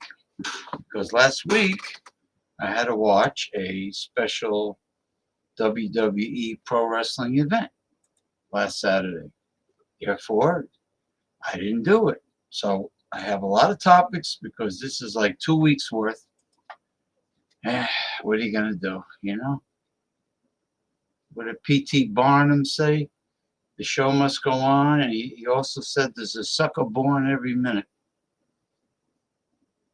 Men need to wake up and realize most women today want nothing to do with you at all. It's over. The sooner you allow this to get into your brain, the better off you can be taking care of yourself, focusing on your own life, and moving forward outside of women. It's not like it used to be back in the day. You see, I've come through the time when we had no cell phones. We had a phone we had to use in the house. We had a pager. Then we had the Motorola flip phone. No, then we had the car phone. Then we had the Motorola flip phone. And then we had some other phones. And then came the iPhone, and then came the Android. I've seen how over the years, technology has transformed relationships between men and women. And the more the technology is delivered, the more the relationships fall apart. Because the relationships are distracted by the technology. You have to understand this is fact. The only women out here that want to be with a man in a relationship is people of high status, because social media has allowed the world to show exactly who the poor people are and who the rich people are, who the people who are high level and the people who are not. All the women want to be with high level men, or they want to date other women. That's what's going on. A lot of these women out here today, they don't want to date a low status man. because their whole life is wrapped up in the cell phone and social media. So now they're looking at all the different men that are high status, and they say, well, either I'm going to have a high status man or I don't want anybody at all. Look what happened last year. Over 500,000 women broke off their marriages. Over 500,000 women broke off their marriages. Marriage is done. And there was no way in the world I would ever sign a marriage certificate with a woman for any reason whatsoever, because I'm too intelligent to make the mistakes that I've seen everybody else make. I would never do that. Okay? So you have to understand, women are not willing to give up all the attention that they are receiving on the phone to settle down with one man. When a woman has that phone and she has Instagram, TikTok, Facebook, YouTube, Google, CNN, Fox News, local news, etc., all these apps to keep her attention, guess what? Ain't none of them apps gonna hurt her feelings. So she has traded in men because men can break her heart. Men can lie. Men can cheat. But that's not the only reason she's doing it. She's also doing it because women can now live out the life and show who they truly, really were that they never could be with real effort, such as becoming famous, becoming a celebrity. Any woman with a body can jump on social media and become somebody and get 1 million followers today. All she got to do is show off herself. So women today are choosing the attention from millions of men instead of settling down with one man. A woman today, the majority of them, enjoy the gossip on the phone, enjoy the celebrity news, enjoy the distractions. Where does she have time to be in a relationship anyway? She's happy being alone with this little box. This little box that has her mind. So you have to understand, all they want from you is to just feed them attention. They don't want you, they want your attention. There's a difference. They are fine not spending time with you, not falling in love with you, not marrying you, not being in a relationship. And since so many men complained about taking a woman out to dinner and she's just using them, which the majority of them were, in 2023 and 2024, now the women, they just go out on dates with each other and take each other out to dinner.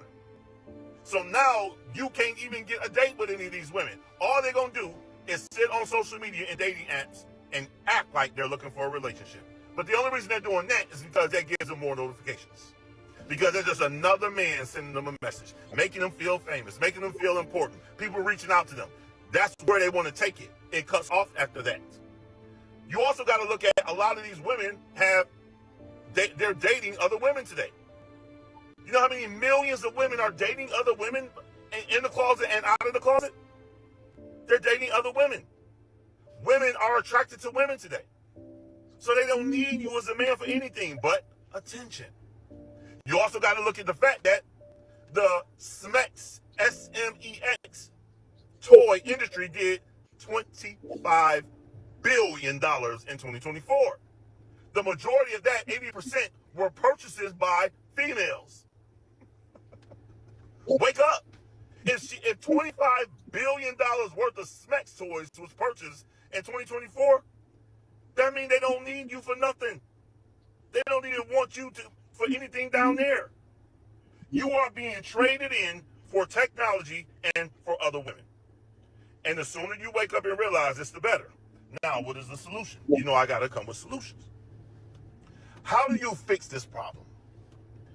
Well, the only way to fix this problem is to combat what it is that they desire from you. And what do they desire from the average man? Just attention. They want you to follow them, like them on social media, comment, etc. They want you to contact them on dating apps. All you being out here reaching out to all these women on dating apps, you're not getting anything in return. Again, attention.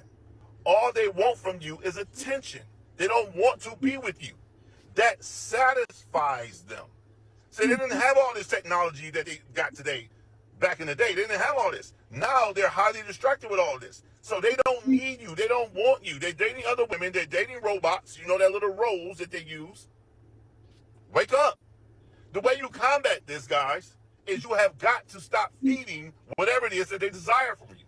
So you got to get off dating apps. Shut down the dating apps. The dating apps are making billions of dollars a year, and y'all not getting nothing in return out of it. Y'all just on there hanging out, paying a monthly membership to reach out to women, hoping somebody gonna want to be with you, and they're not gonna want to love you.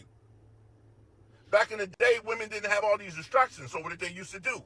I was in a relationship with a woman for 9 years because she was a real woman that met a man, fell in love, and we were in a relationship. I was in a relationship with another woman for 6 years. Again, these were real women back in the day. I was in another relationship with somebody for 3 years, 4 years. So these were real women, but at that time, they didn't have all this technology that is out today. You see the difference? So I advise you guys to stop feeding all this attention to all these women. You got to ignore them on social media, get off dating apps, stop blowing your money, wasting your time. It's not going to work. Until you learn to combat and do exactly what I'm telling you to do, nothing is going to change. It's going to be the exact same thing every day of your life. You act like you can't live without women and like there's nothing else to do. They're living without you. Y'all out here chasing people that don't want to be chased. And y'all out here chasing your own destruction. Men are going to jail every day over something related to a woman. Guys gives great advice. He's right on the money. Red Pill Talk, the gold digger. All right. Man. Red Pill Talk, the gold digger. That's what it's titled. The gold. Hey. Number 1. Hold your horses. Hold your horses. Jabroni.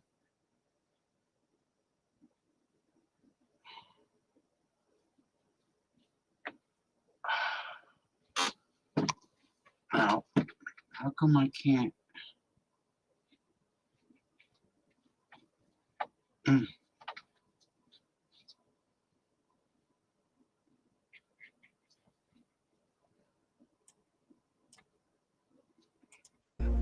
If she truly loves you, she won't drain you financially.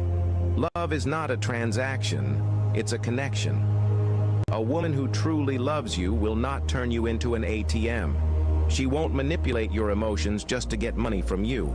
She won't guilt trip you into sponsoring a lifestyle she cannot afford herself.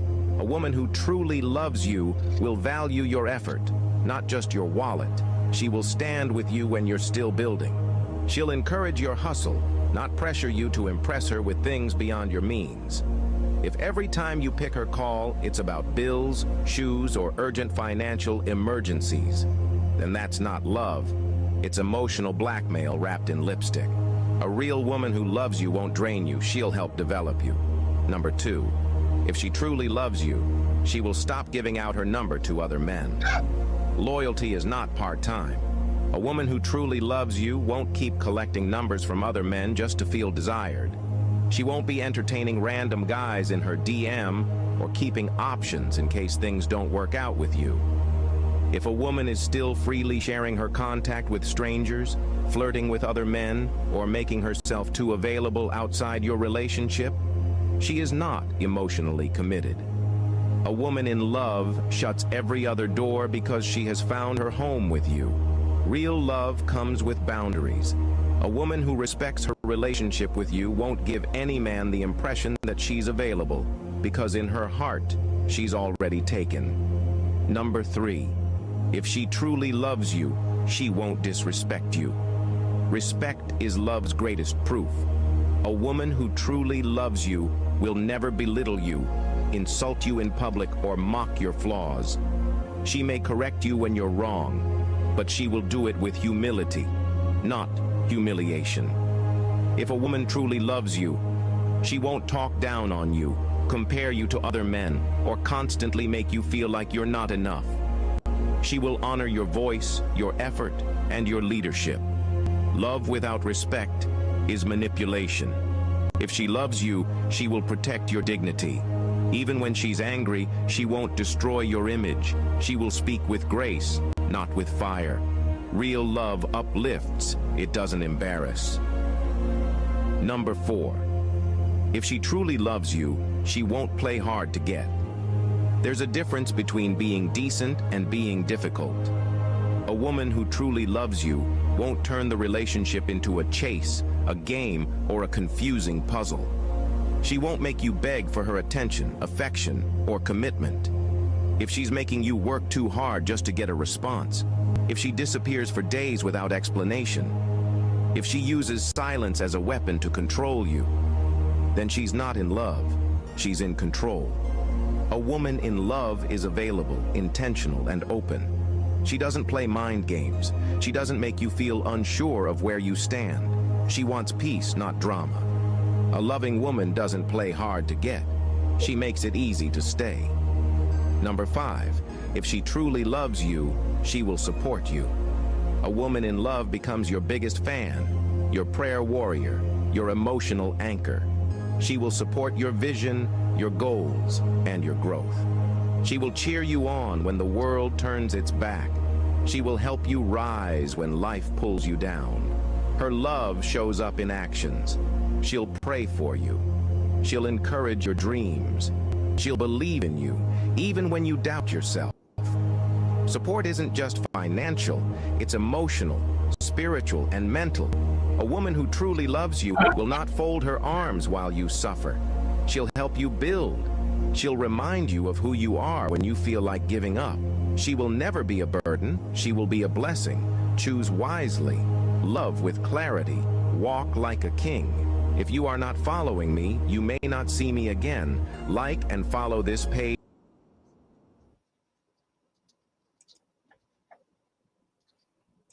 The dirt comes out. Oh, okay. This is Epstein.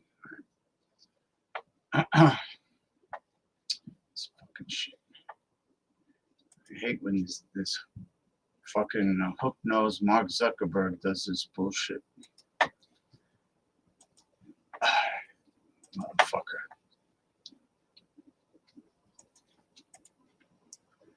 The cocksucker. Oh. Mark Zuckerberg, Jeffrey Epstein. Don't they come from the same tribe? Was an agent of the Israeli intelligence service. Epstein and his paramour, Ghislaine Maxwell, daughter of Robert Maxwell, a decades-long serving officer of the Israeli intelligence service, Mossad. Epstein met Ghislaine Maxwell whilst he worked in the office of Robert Maxwell in London. Epstein went from being a maths teacher in a state school with no college degree to be a man richer than Croesus. Epstein rose from being a school teacher in a state school to owning multiple airplanes, yachts, the biggest house in Manhattan, villas in Arizona, ranches in Arizona, villas in Florida, and an entire island in the Caribbean. Not bad going. But when you look at the people that he had around him, when you look at the people who gave him money, gave him hundreds of millions of dollars, all of them are deeply implicated in the sins and crimes of the settler state of Israel.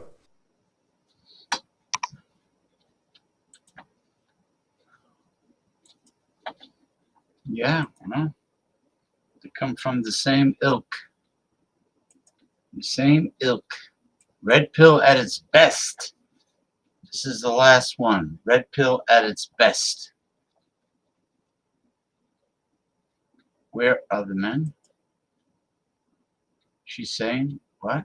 Where? Where are the men? Where are the men?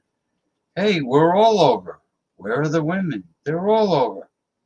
Well, they're not getting together for a reason.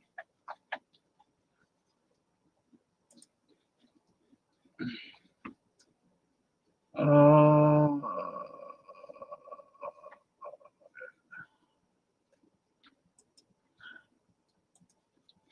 right, here's the last one before open topic talk. The men who would wake up just so they could be the man who wakes up next to you. Well, I'm sorry to have to break it to you. Oh, let's do this again. Hold on, brother. the men who would wake up just so they could be the man who wakes up next to you? Well, I'm sorry to have to break it to you, but those men, they've already woken up and they've left. Because you see, men have now realized there's no real benefit to waking up next to you. We've seen that while you demand things from us, you offer little to nothing in return. At least not anything we can't already get without involving ourselves in a relationship with you. And on top of that, for decades now, y'all told us you didn't want us. Y'all told us you didn't need us.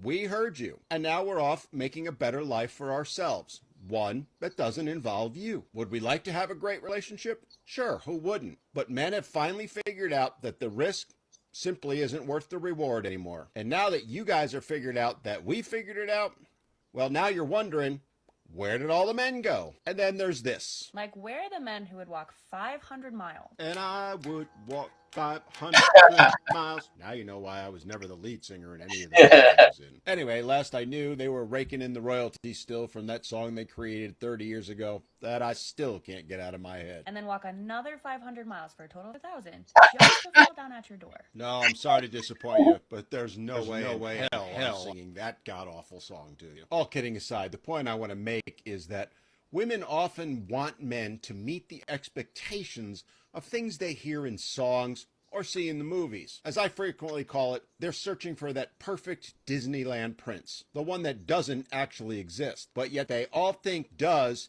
and that they deserve. Men see it for what it is, an expectation of perfection, something no one can achieve. And knowing that, why would they enter into a relationship with someone who expects that of them? Someone who actually believes a man should walk 500, 1,000, even 1,000,000 miles just to be with them. Men are done playing these silly little games, ladies. Life is not a rom-com or some romantic song. Life is, well, life. And the completely unrealistic expectations that you've all set now, oh wait, sorry, the higher standards, have reached a level of absurdity that men look at it and go, yeah, no more, we're done. Especially when they realize that they're not going to get anything in return, no matter how hard they work to woo you over. Where are they at? Well, to wrap this up, where they're at is sitting home or hanging out with their buds, playing video games, playing guitar, enjoying life. No longer having to deal with the drama, no longer having to deal with the financial drain of expensive dates, only to get ghosted shortly thereafter. No longer dealing with the ridiculous expectations, oh sorry, higher standards that you've all set. Ladies, I'm sorry to tell you, but men didn't create this situation. You did. But men have now seen it for what it is, and they're done and walking away. And the really sad part is, they ain't coming back anytime soon. That's right. Brother from another mother like no other. This guy knows his shit. This guy knows his shit. Yeah, the red pill man. The red pill man. He's a red pill man. He's great. He's fantastic.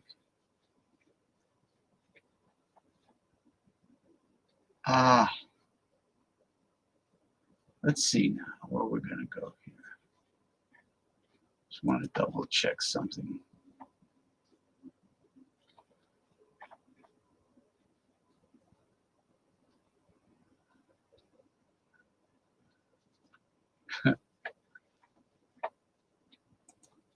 Yeah, well, they're very parasitic.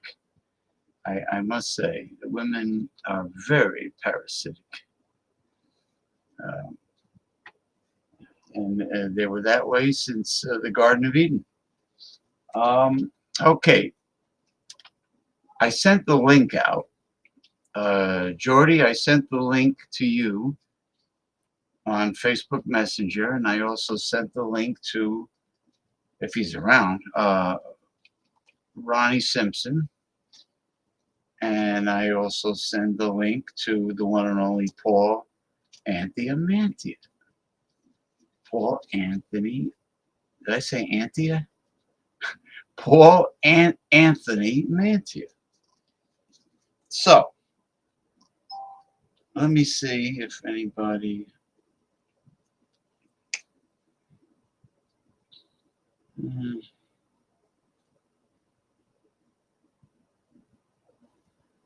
Well,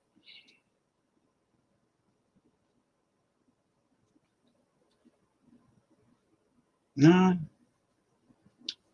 nobody's really around. So on that note, I mean, I'm not going to wait all night. I'll wait a few minutes, but that's about it. If there's nobody around, I'm going to close the show a little early and just thank everyone from stopping by. Thank everyone for stopping by. I thank Sid for stopping by. I thank Geordie of Geordie's Den, Geordie K from Scotland, who I sent a link to, but maybe he passed out. I thank him for stopping by. I thank Masumi from Japan for stopping by. And that's about it. I don't know what happened to the other regulars that used to stop by.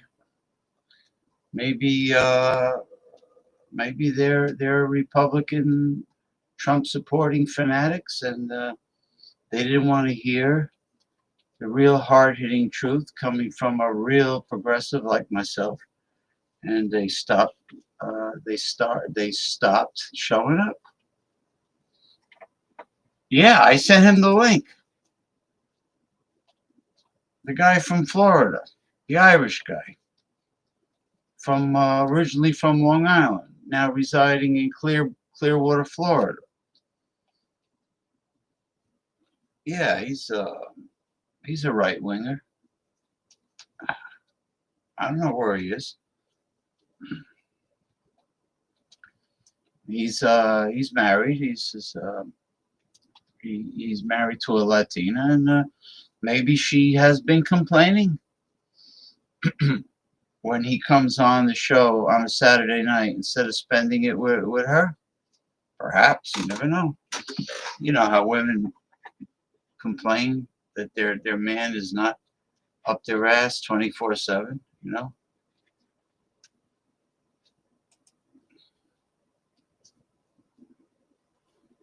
All these guys do is drink all day and whack off. Well, yeah, well they'll never admit that they're alcoholics, you know. So what would you say they are? Closet alcoholics? Yeah, they don't have any, come to think of it, they don't really have any hobbies. They don't have any hobbies or interests. They lie down on a beach chair under an umbrella or under the cabana by the in-ground pool. They lie around with sunglasses on and drink booze, or they're in the house and drink. They drink in the house, or they're sitting on the terrace, the terrace, and they drink. That's their hobby, because you know I can't think of a single hobby that any of them have. They don't have hobbies like me. You know, I'm a very well-rounded person. Oh yeah, yeah. Oh yeah, he dated a lot of those. Are you kidding? When he was younger? Yeah, I remember he dated Sandy Korn, who was I think she was a Playboy Playmate of the Year. No, he dated a lot of them. Yeah, he was a real coxman. Yeah, he was definitely a rooster. Rooster Cockburn.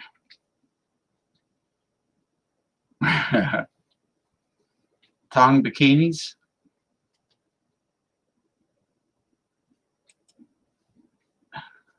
Their brains are wet. Yeah, their brains are saturated. Their brains are marinating.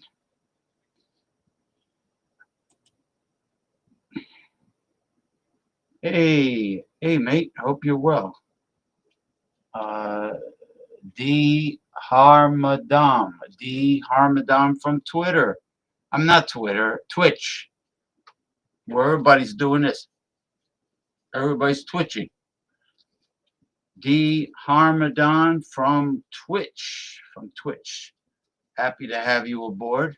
Are you Australian? Are you Australian? Or are you from the UK? I mean, I'm asking that because you said, hey, mate.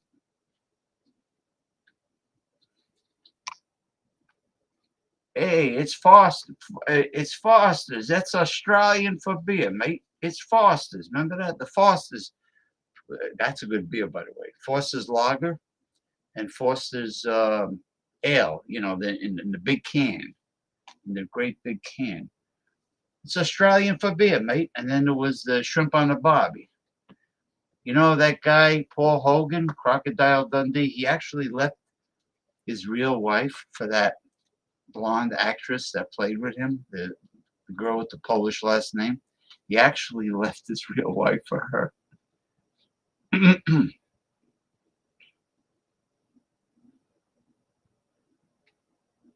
Hold on. Hold on, brother. Brothers from another mother like no other. And when they talk, they're not Scatman Crother. Forget Trump politics. Talk about the number of hot bitches he slayed back in the day. I'm not talking about politics. I'm done. Sounds about right, huh? It's Australian for beer. How did I do? It's Australian for beer, mate. It's Australian for beer. Yeah, now listen. I have a friend, a good friend, named Sean Harris. He's an Aborigine. He's from he's from West Australia. He's living in Perth. And I really wish that the Australian government give these poor souls some land. Give them the freaking outback or something. Give them the whole desert. Give them land like the Native Americans have in the United States. Have them build hotel, casino, resorts to make some money. You know, so they start living better. You know, the poor souls. You know, I mean, with the racism that you know, Sean's telling me they're still treated poorly, and they don't have a pot to piss in. You know, I think they should have their own land, build. Hey, look at this. They can build a hotel, casino, resort near that Ayers Rock. What is it called now? Orulu, something like that. It used to be called Ayers Rock. You know, like a landmark, like in the outback. You know, plant like date palms. And you know what I told Sean Harris? You know how the Aboriginals can make a ton of money? Start planting blue agave and start distilling Australian tequila. Now, let me know if this sounds good. Australian tequila. Start distilling blue agave because blue agave will grow like just acres and acres and acres of blue agave in the outback desert. Right? Hold on. He's gonna enlighten me. Oh, that's the other guy. Cheap viewers on stream. Oh, again with the Streambo. Oh my God, the Streambo. Twitch is not a bitch. Yeah, I know. We need so more cultural moments as a country. Everyone's references are 20 years old. Well, what he explained to me is, okay, Australia was started out, well, at least East Australia was a British colony, right, under the crown.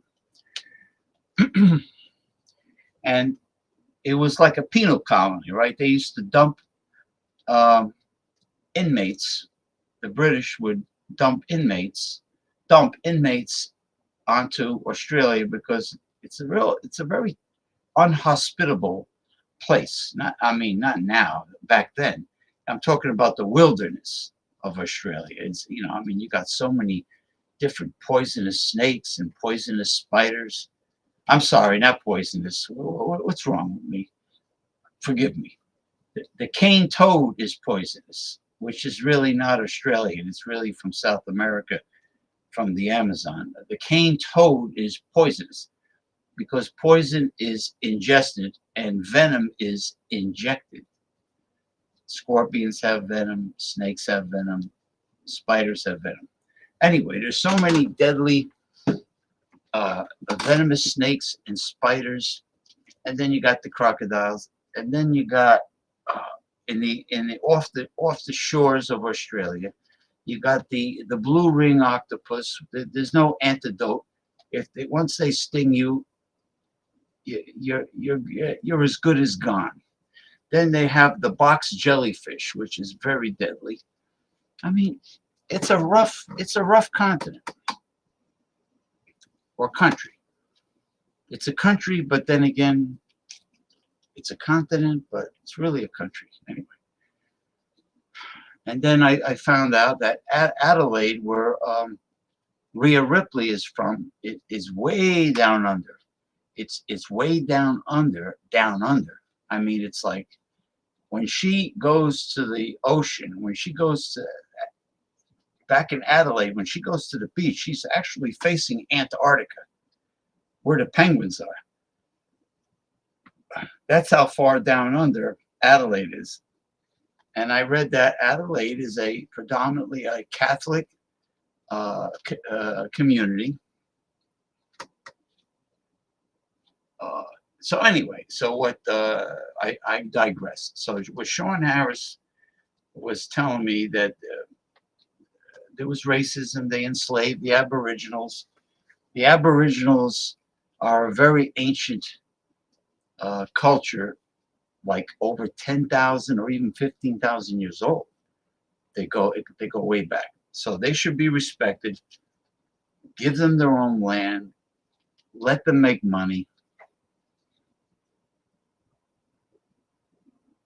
Why? What happened? Rest in peace. What?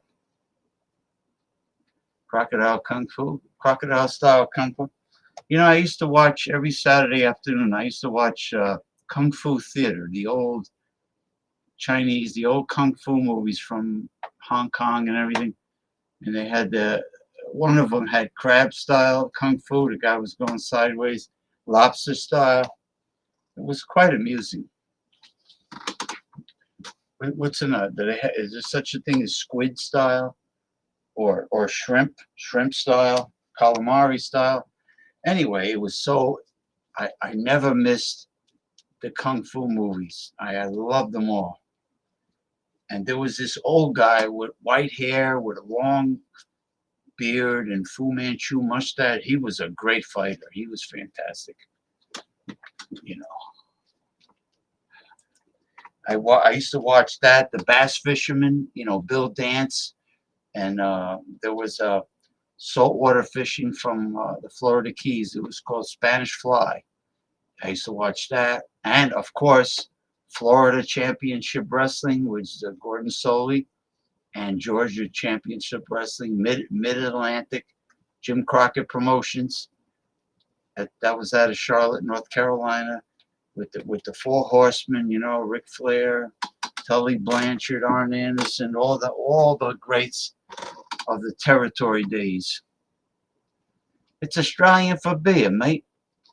Yeah, Foster's. Put another shrimp on the barbie for me, mate. Don't be cheap and stingy. Put a big one. I want some big prawns. I want giant prawns on the barbie. How are the girls?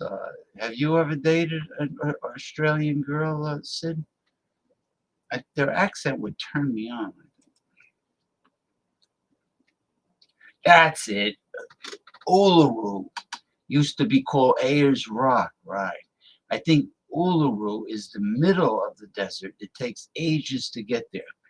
So in other words, it's like you're traveling forever in the desert. It's inland central, right? And then all of a sudden, you see it from a distance. You see Uluru from a distance. And you get closer and closer, and there's nothing but flat, there's nothing but outback desert, which is like a red, what is it, like a red sand? Like has a lot of clay in it or something? you know, like northern Arizona.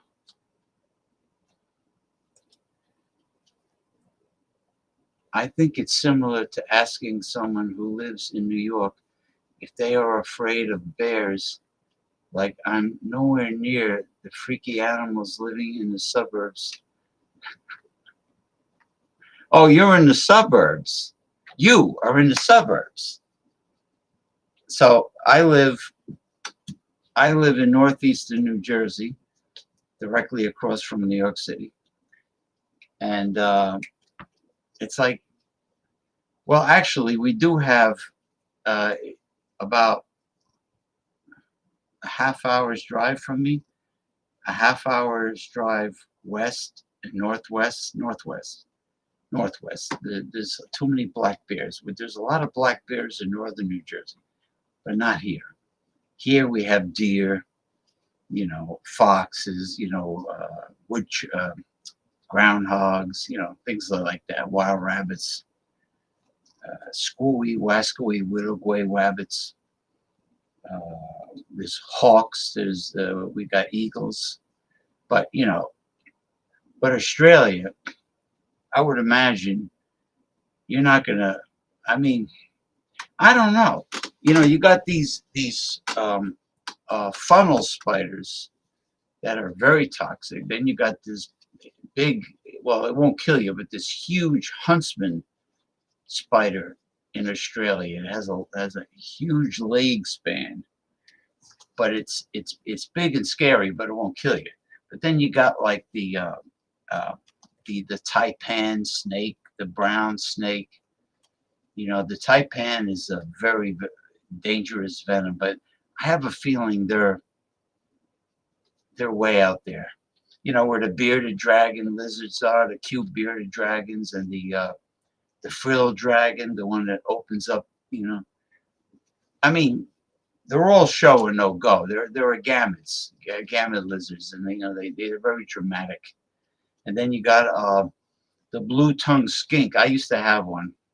God rest his soul. It eventually died, but you know, I had a blue tongue skink, and the shingleback skinks, which have a blue tongue.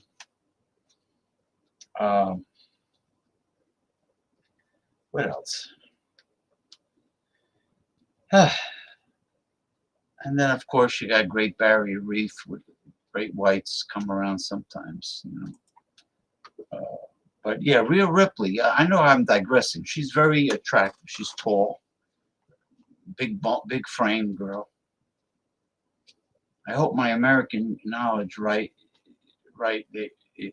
there. Haha. Oh, you know, you wanna learn about geography? Download on Google Earth. Google Earth, and type in Edgewater, New Jersey, and let the satellite do the work, and you'll see where I'm located.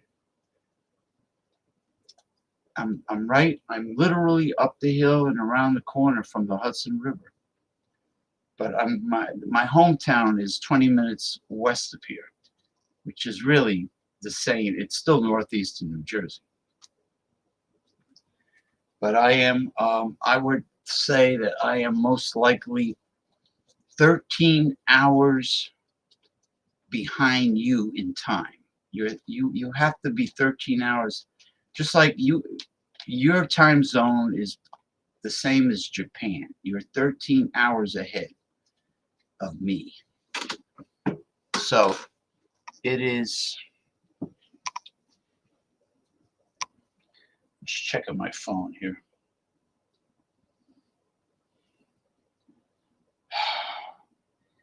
Oh, suddenly got heartburn. Oh man, let's see. I got the world clock. All right, Tokyo is 11:25 a.m. Sunday, so that's probably you. In Australia, you're probably 11:25 a.m. Sunday, and I am 10:25 p.m. Saturday. There you go. So you're 13 hours ahead of me.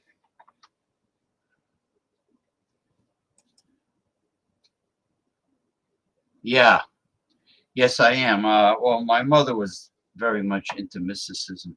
I grew up among her psychic friends and her practitioners.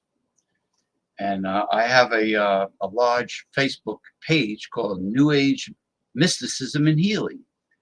And I have another long-running group since 2012 called Everything is Food, because I'm a foodie. And I have another one called Original Holistic Health Talk. And then I have an old school fitness group called the International Brotherhood of Polygons. And let's see. Oh, and I have a political group called Newsletter Censored. And feel free to join them.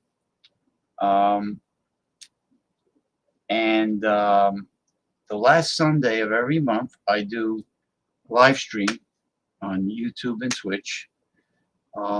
It's called the 5 Forms of Divination. It starts out with tarot card reading, then astrological forecast, then numerology, then I Ching, which is an ancient Chinese fortune telling, and then last, Chinese astrology. So the 5 forms of divination. You'll see it on my my YouTube channel, Progressive Discussions. But yeah, so I'm all over the place. I have a Twitter account that's doing really well that I love now because there's no censorship, none. But my TikTok account is exploding. But there's one big problem, and it's a huge one, that I have with the TikTok president or CEO, the cocksucker. There is so much censorship on TikTok that they literally, they'll take off your live stream, they'll remove your posts left and right. If you get pissed off at someone and you call them a name or you curse at them, they'll remove your comment, they'll send you a warning. It's really bad. Yeah. It's not quite noon yet, but it's close to noon. All right. Are you on Instagram? Are you on Twitter X? I have Tumblr. I don't spend much time there, but I have it.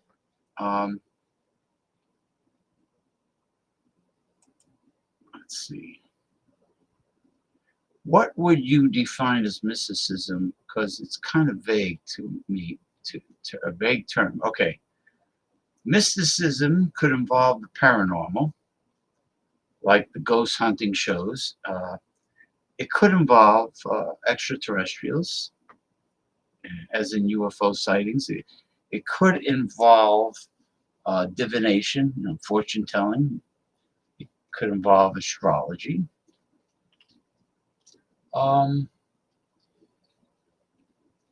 Any form of divination, and it could involve witchcraft, either good witchcraft like Wiccan, or any earth magic.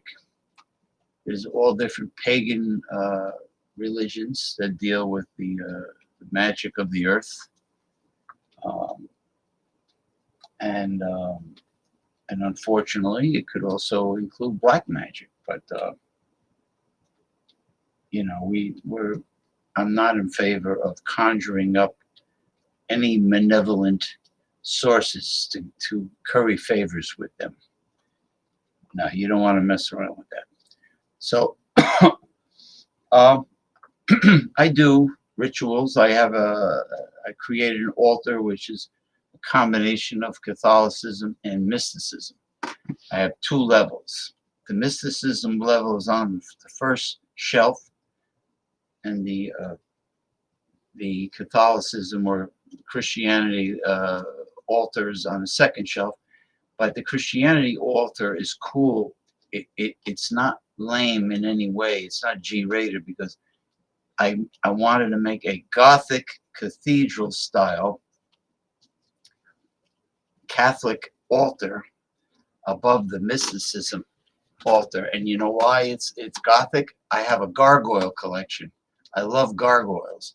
So I have a gargoyle collection on that upper section. And I live, no exaggeration, I live directly next door to a very large, very old Catholic church that was built in 1906. It's right next door to me, and I have so much holy water from that church.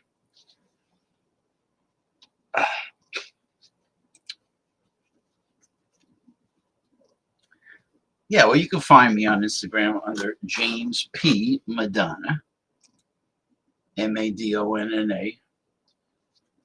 Right, like occult and New Age spirituality. You got it, because I'm more familiar with the other ways it's used, like experiencing oneness with an ultimate ground of reality, or however you want to say it.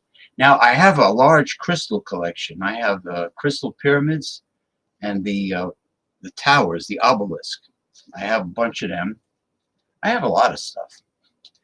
I use the Himalayan singing bowl, because evil spirits do not like loud frequency bells or any sounds like that. I burn frankincense and myrrh incense during the ritual.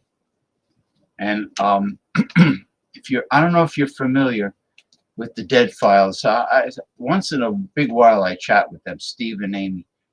I make my own black salt.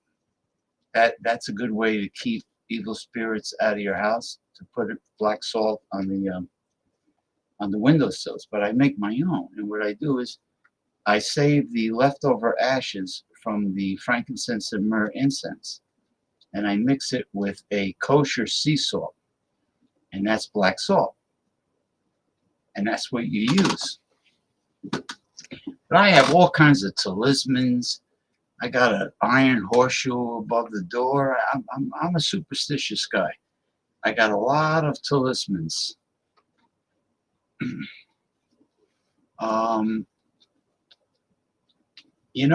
I bet, I don't know about where you are, but there's probably a lot of glare from the lights, right? From the suburban and city lights. But in areas of Australia where there's no glare from the lights, I bet it's an astronomer's paradise and also a UFO hunter's paradise.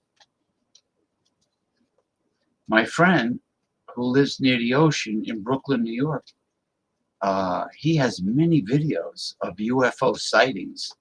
He's got a good camera. He's got the Canon, high definition Canon with the telephoto lens. And he posted, he's also on Instagram too, and TikTok, but he posted so many UFO sighting videos, and I saw them, and believe me, they're UFOs.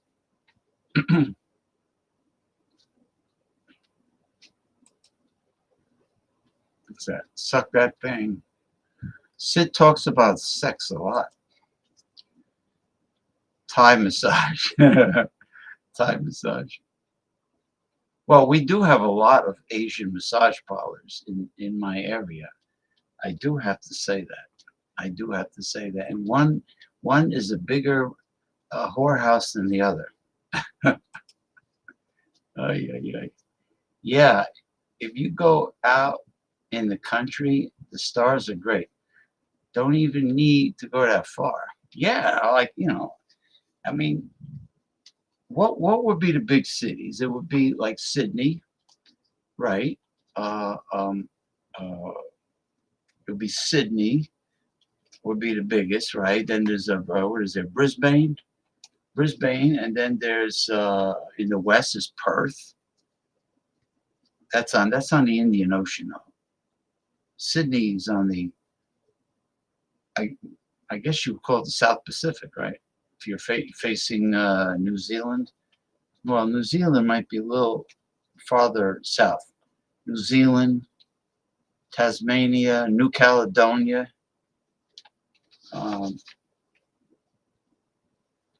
And I really wish that company brings back the Tasmanian tiger, the largest marsupial. I really hope they do it. They found perfect DNA, and they're also in the process of bringing back the woolly mammoth. I love the concept of bringing back extinct animals that were made extinct by the evils of mankind, like the dodo bird. And I don't think you need to go that far. You're right. I think before you start seeing like no glare and you know pitch perfect night sky, you know. I mean, I have a good pair of binoculars, but don't forget, you know, what am I going to do? I'm gonna see something with the binoculars, then I'm going to tell people what I saw. They're not going to believe me. You got to film it. You know, you got to have the camera with, even if you don't have a telephoto lens, a good camera.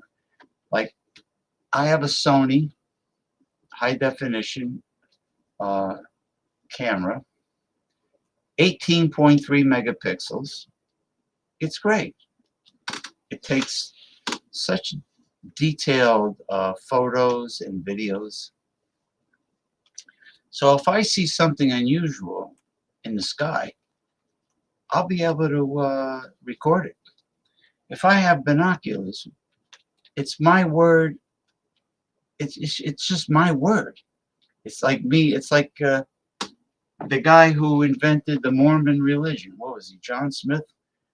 And somewhere in New York State, he said the angel the angel Moroni told him this, that, and the other thing, and some people believed it. And I mean, a person's testimony without proof means nothing.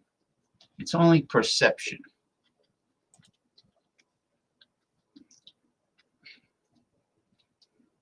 Bangkok. I thought it was Bangkok. I noticed there's a lot of every time I see a documentary video about Bangkok, Thailand, I see what appears to be many ladies of the evening. Is that true, Sid? That there are many. Well, escort is a high-class prostitute, right? But there are many street prostitutes there, and from what I understand, there are many ladyboys in Bangkok, Thailand. You know,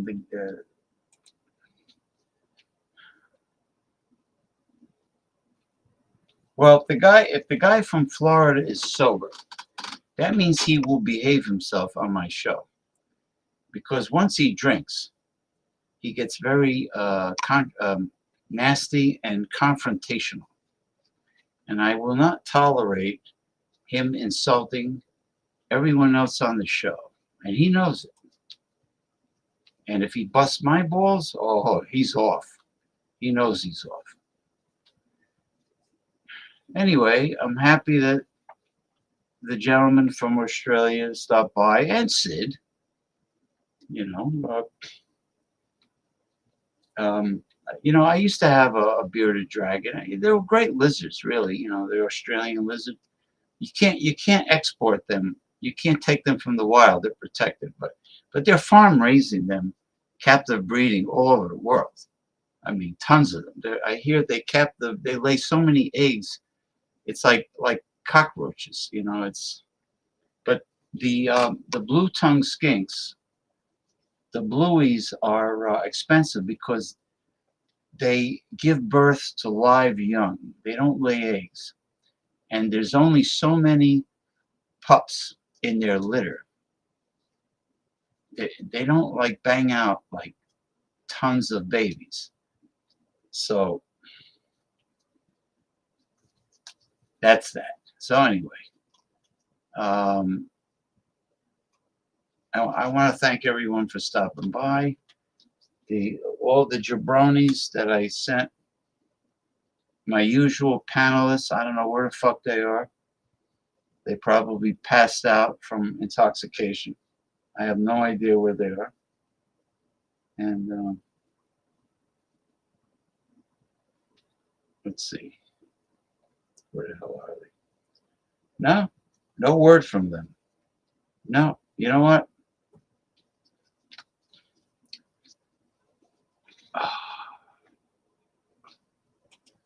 Okay, Sid, I'm gonna close the shop.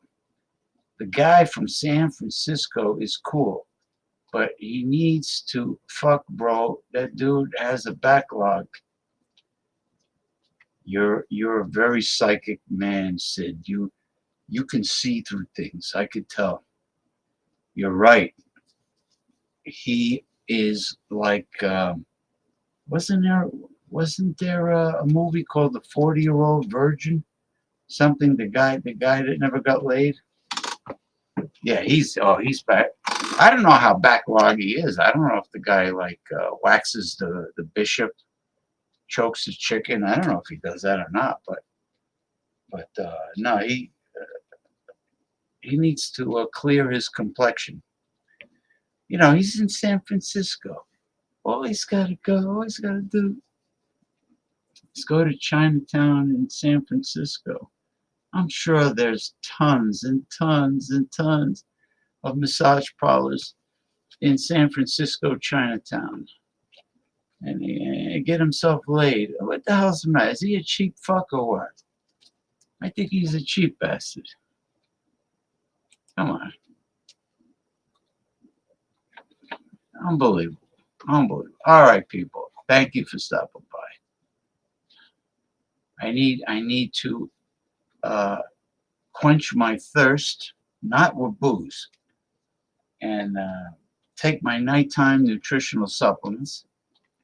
And I was going to say I'm going to finish my Caribbean, Latin American food that I got tonight, but I'm not that hungry. I'll probably have ice cold Greek yogurt with raw, unfiltered honey. That's really good. That's delicious. I'll probably have that. Something to cool my guts down, you know, after the hard work of doing a long show. 2 hours and almost 2 hours and 40 minutes. It's not too bad. I've gone longer because I had a panel. You know what I mean?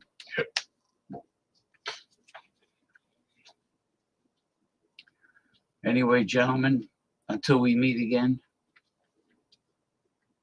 have a very pleasant whatever's left of the weekend, and have a safe and equally pleasant upcoming week. All right, enjoy the rest of your Sunday, mate. Have a good week. I know Monday is the worst day for people that work in the office. People that work for a living hate Mondays. You know, I know it. Except me, because I'm retired.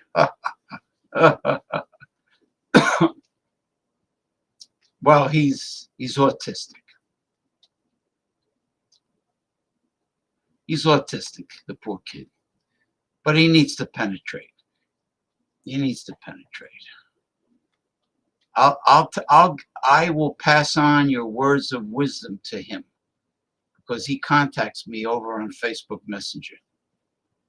Yeah, you're talking about Michael Goldsmith Hilton. No relation to the Hilton, to Paris Hilton. I think I asked him one time if he ever banged Paris Hilton, and he got mad at me, but I don't care. Peace, bro. It's fast. It's fast. It's Australian for beer, mate. It's Australian for beer, mate. You understand what I'm saying?